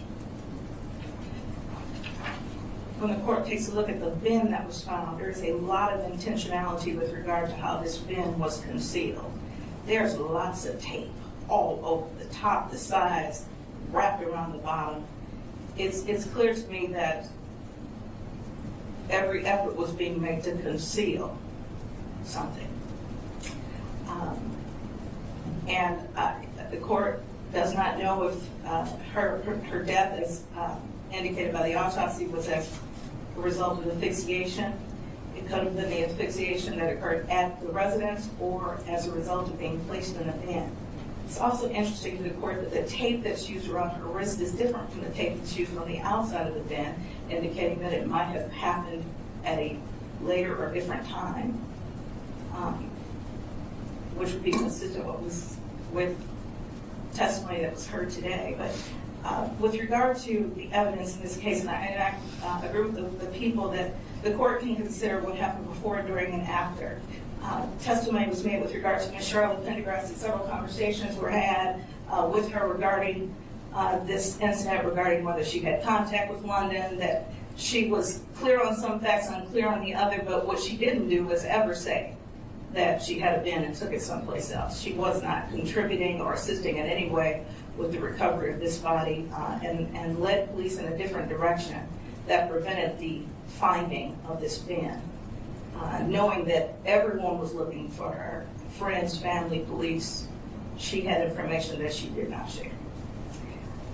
And so the court is going to, as a result of the testimony, the evidence that was submitted by Ms. Charla Pendergrass over on the charges contained, on the charges requested to be added by the people specifically. The court is going to find the defendant over on first-degree murder, felony murder, and unlawful imprisonment, as well as tampering with evidence, based upon the testimony of Mr. Lynch, as well as the FBI agent who testified as a result of his conversations and interactions with Ms. Pendergrass. With regard to Mr. Jalen Pendergrass, the court is going to bind him over as well on first-degree and felony murder, as well as unlawful imprisonment and the tampering with evidence charges as requested by the people for the very similar reasons. Again, the autopsy protocol indicates that there was decomposition, that the body had been in that bin for some time. The photographs show trauma to the body that a jury could consider in terms of making their decision as to whether or not Ms. Wilkerson's testimony held credibility. This court does find that there was sufficient credibility from Ms. Wilkerson to consider her testimony. She admitted that she had spent most of her relationship with Mr. Pendergrass, and he was in an inebriated state, but that was consistent with how they dealt with their relationship. And so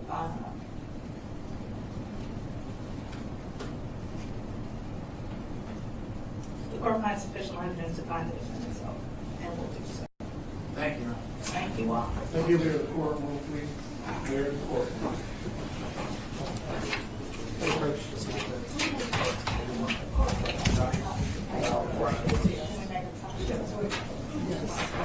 So I need that for the public. Yeah. Remain seated. I know, we don't want to do this. Yeah, we're gonna make a copy. Okay. No, we can arrange it. Okay. So it goes back here.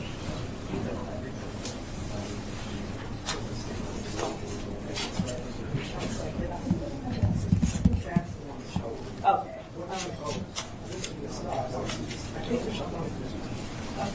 We can probably have that. Do you, Mr. Bradley, do you have many copies of that?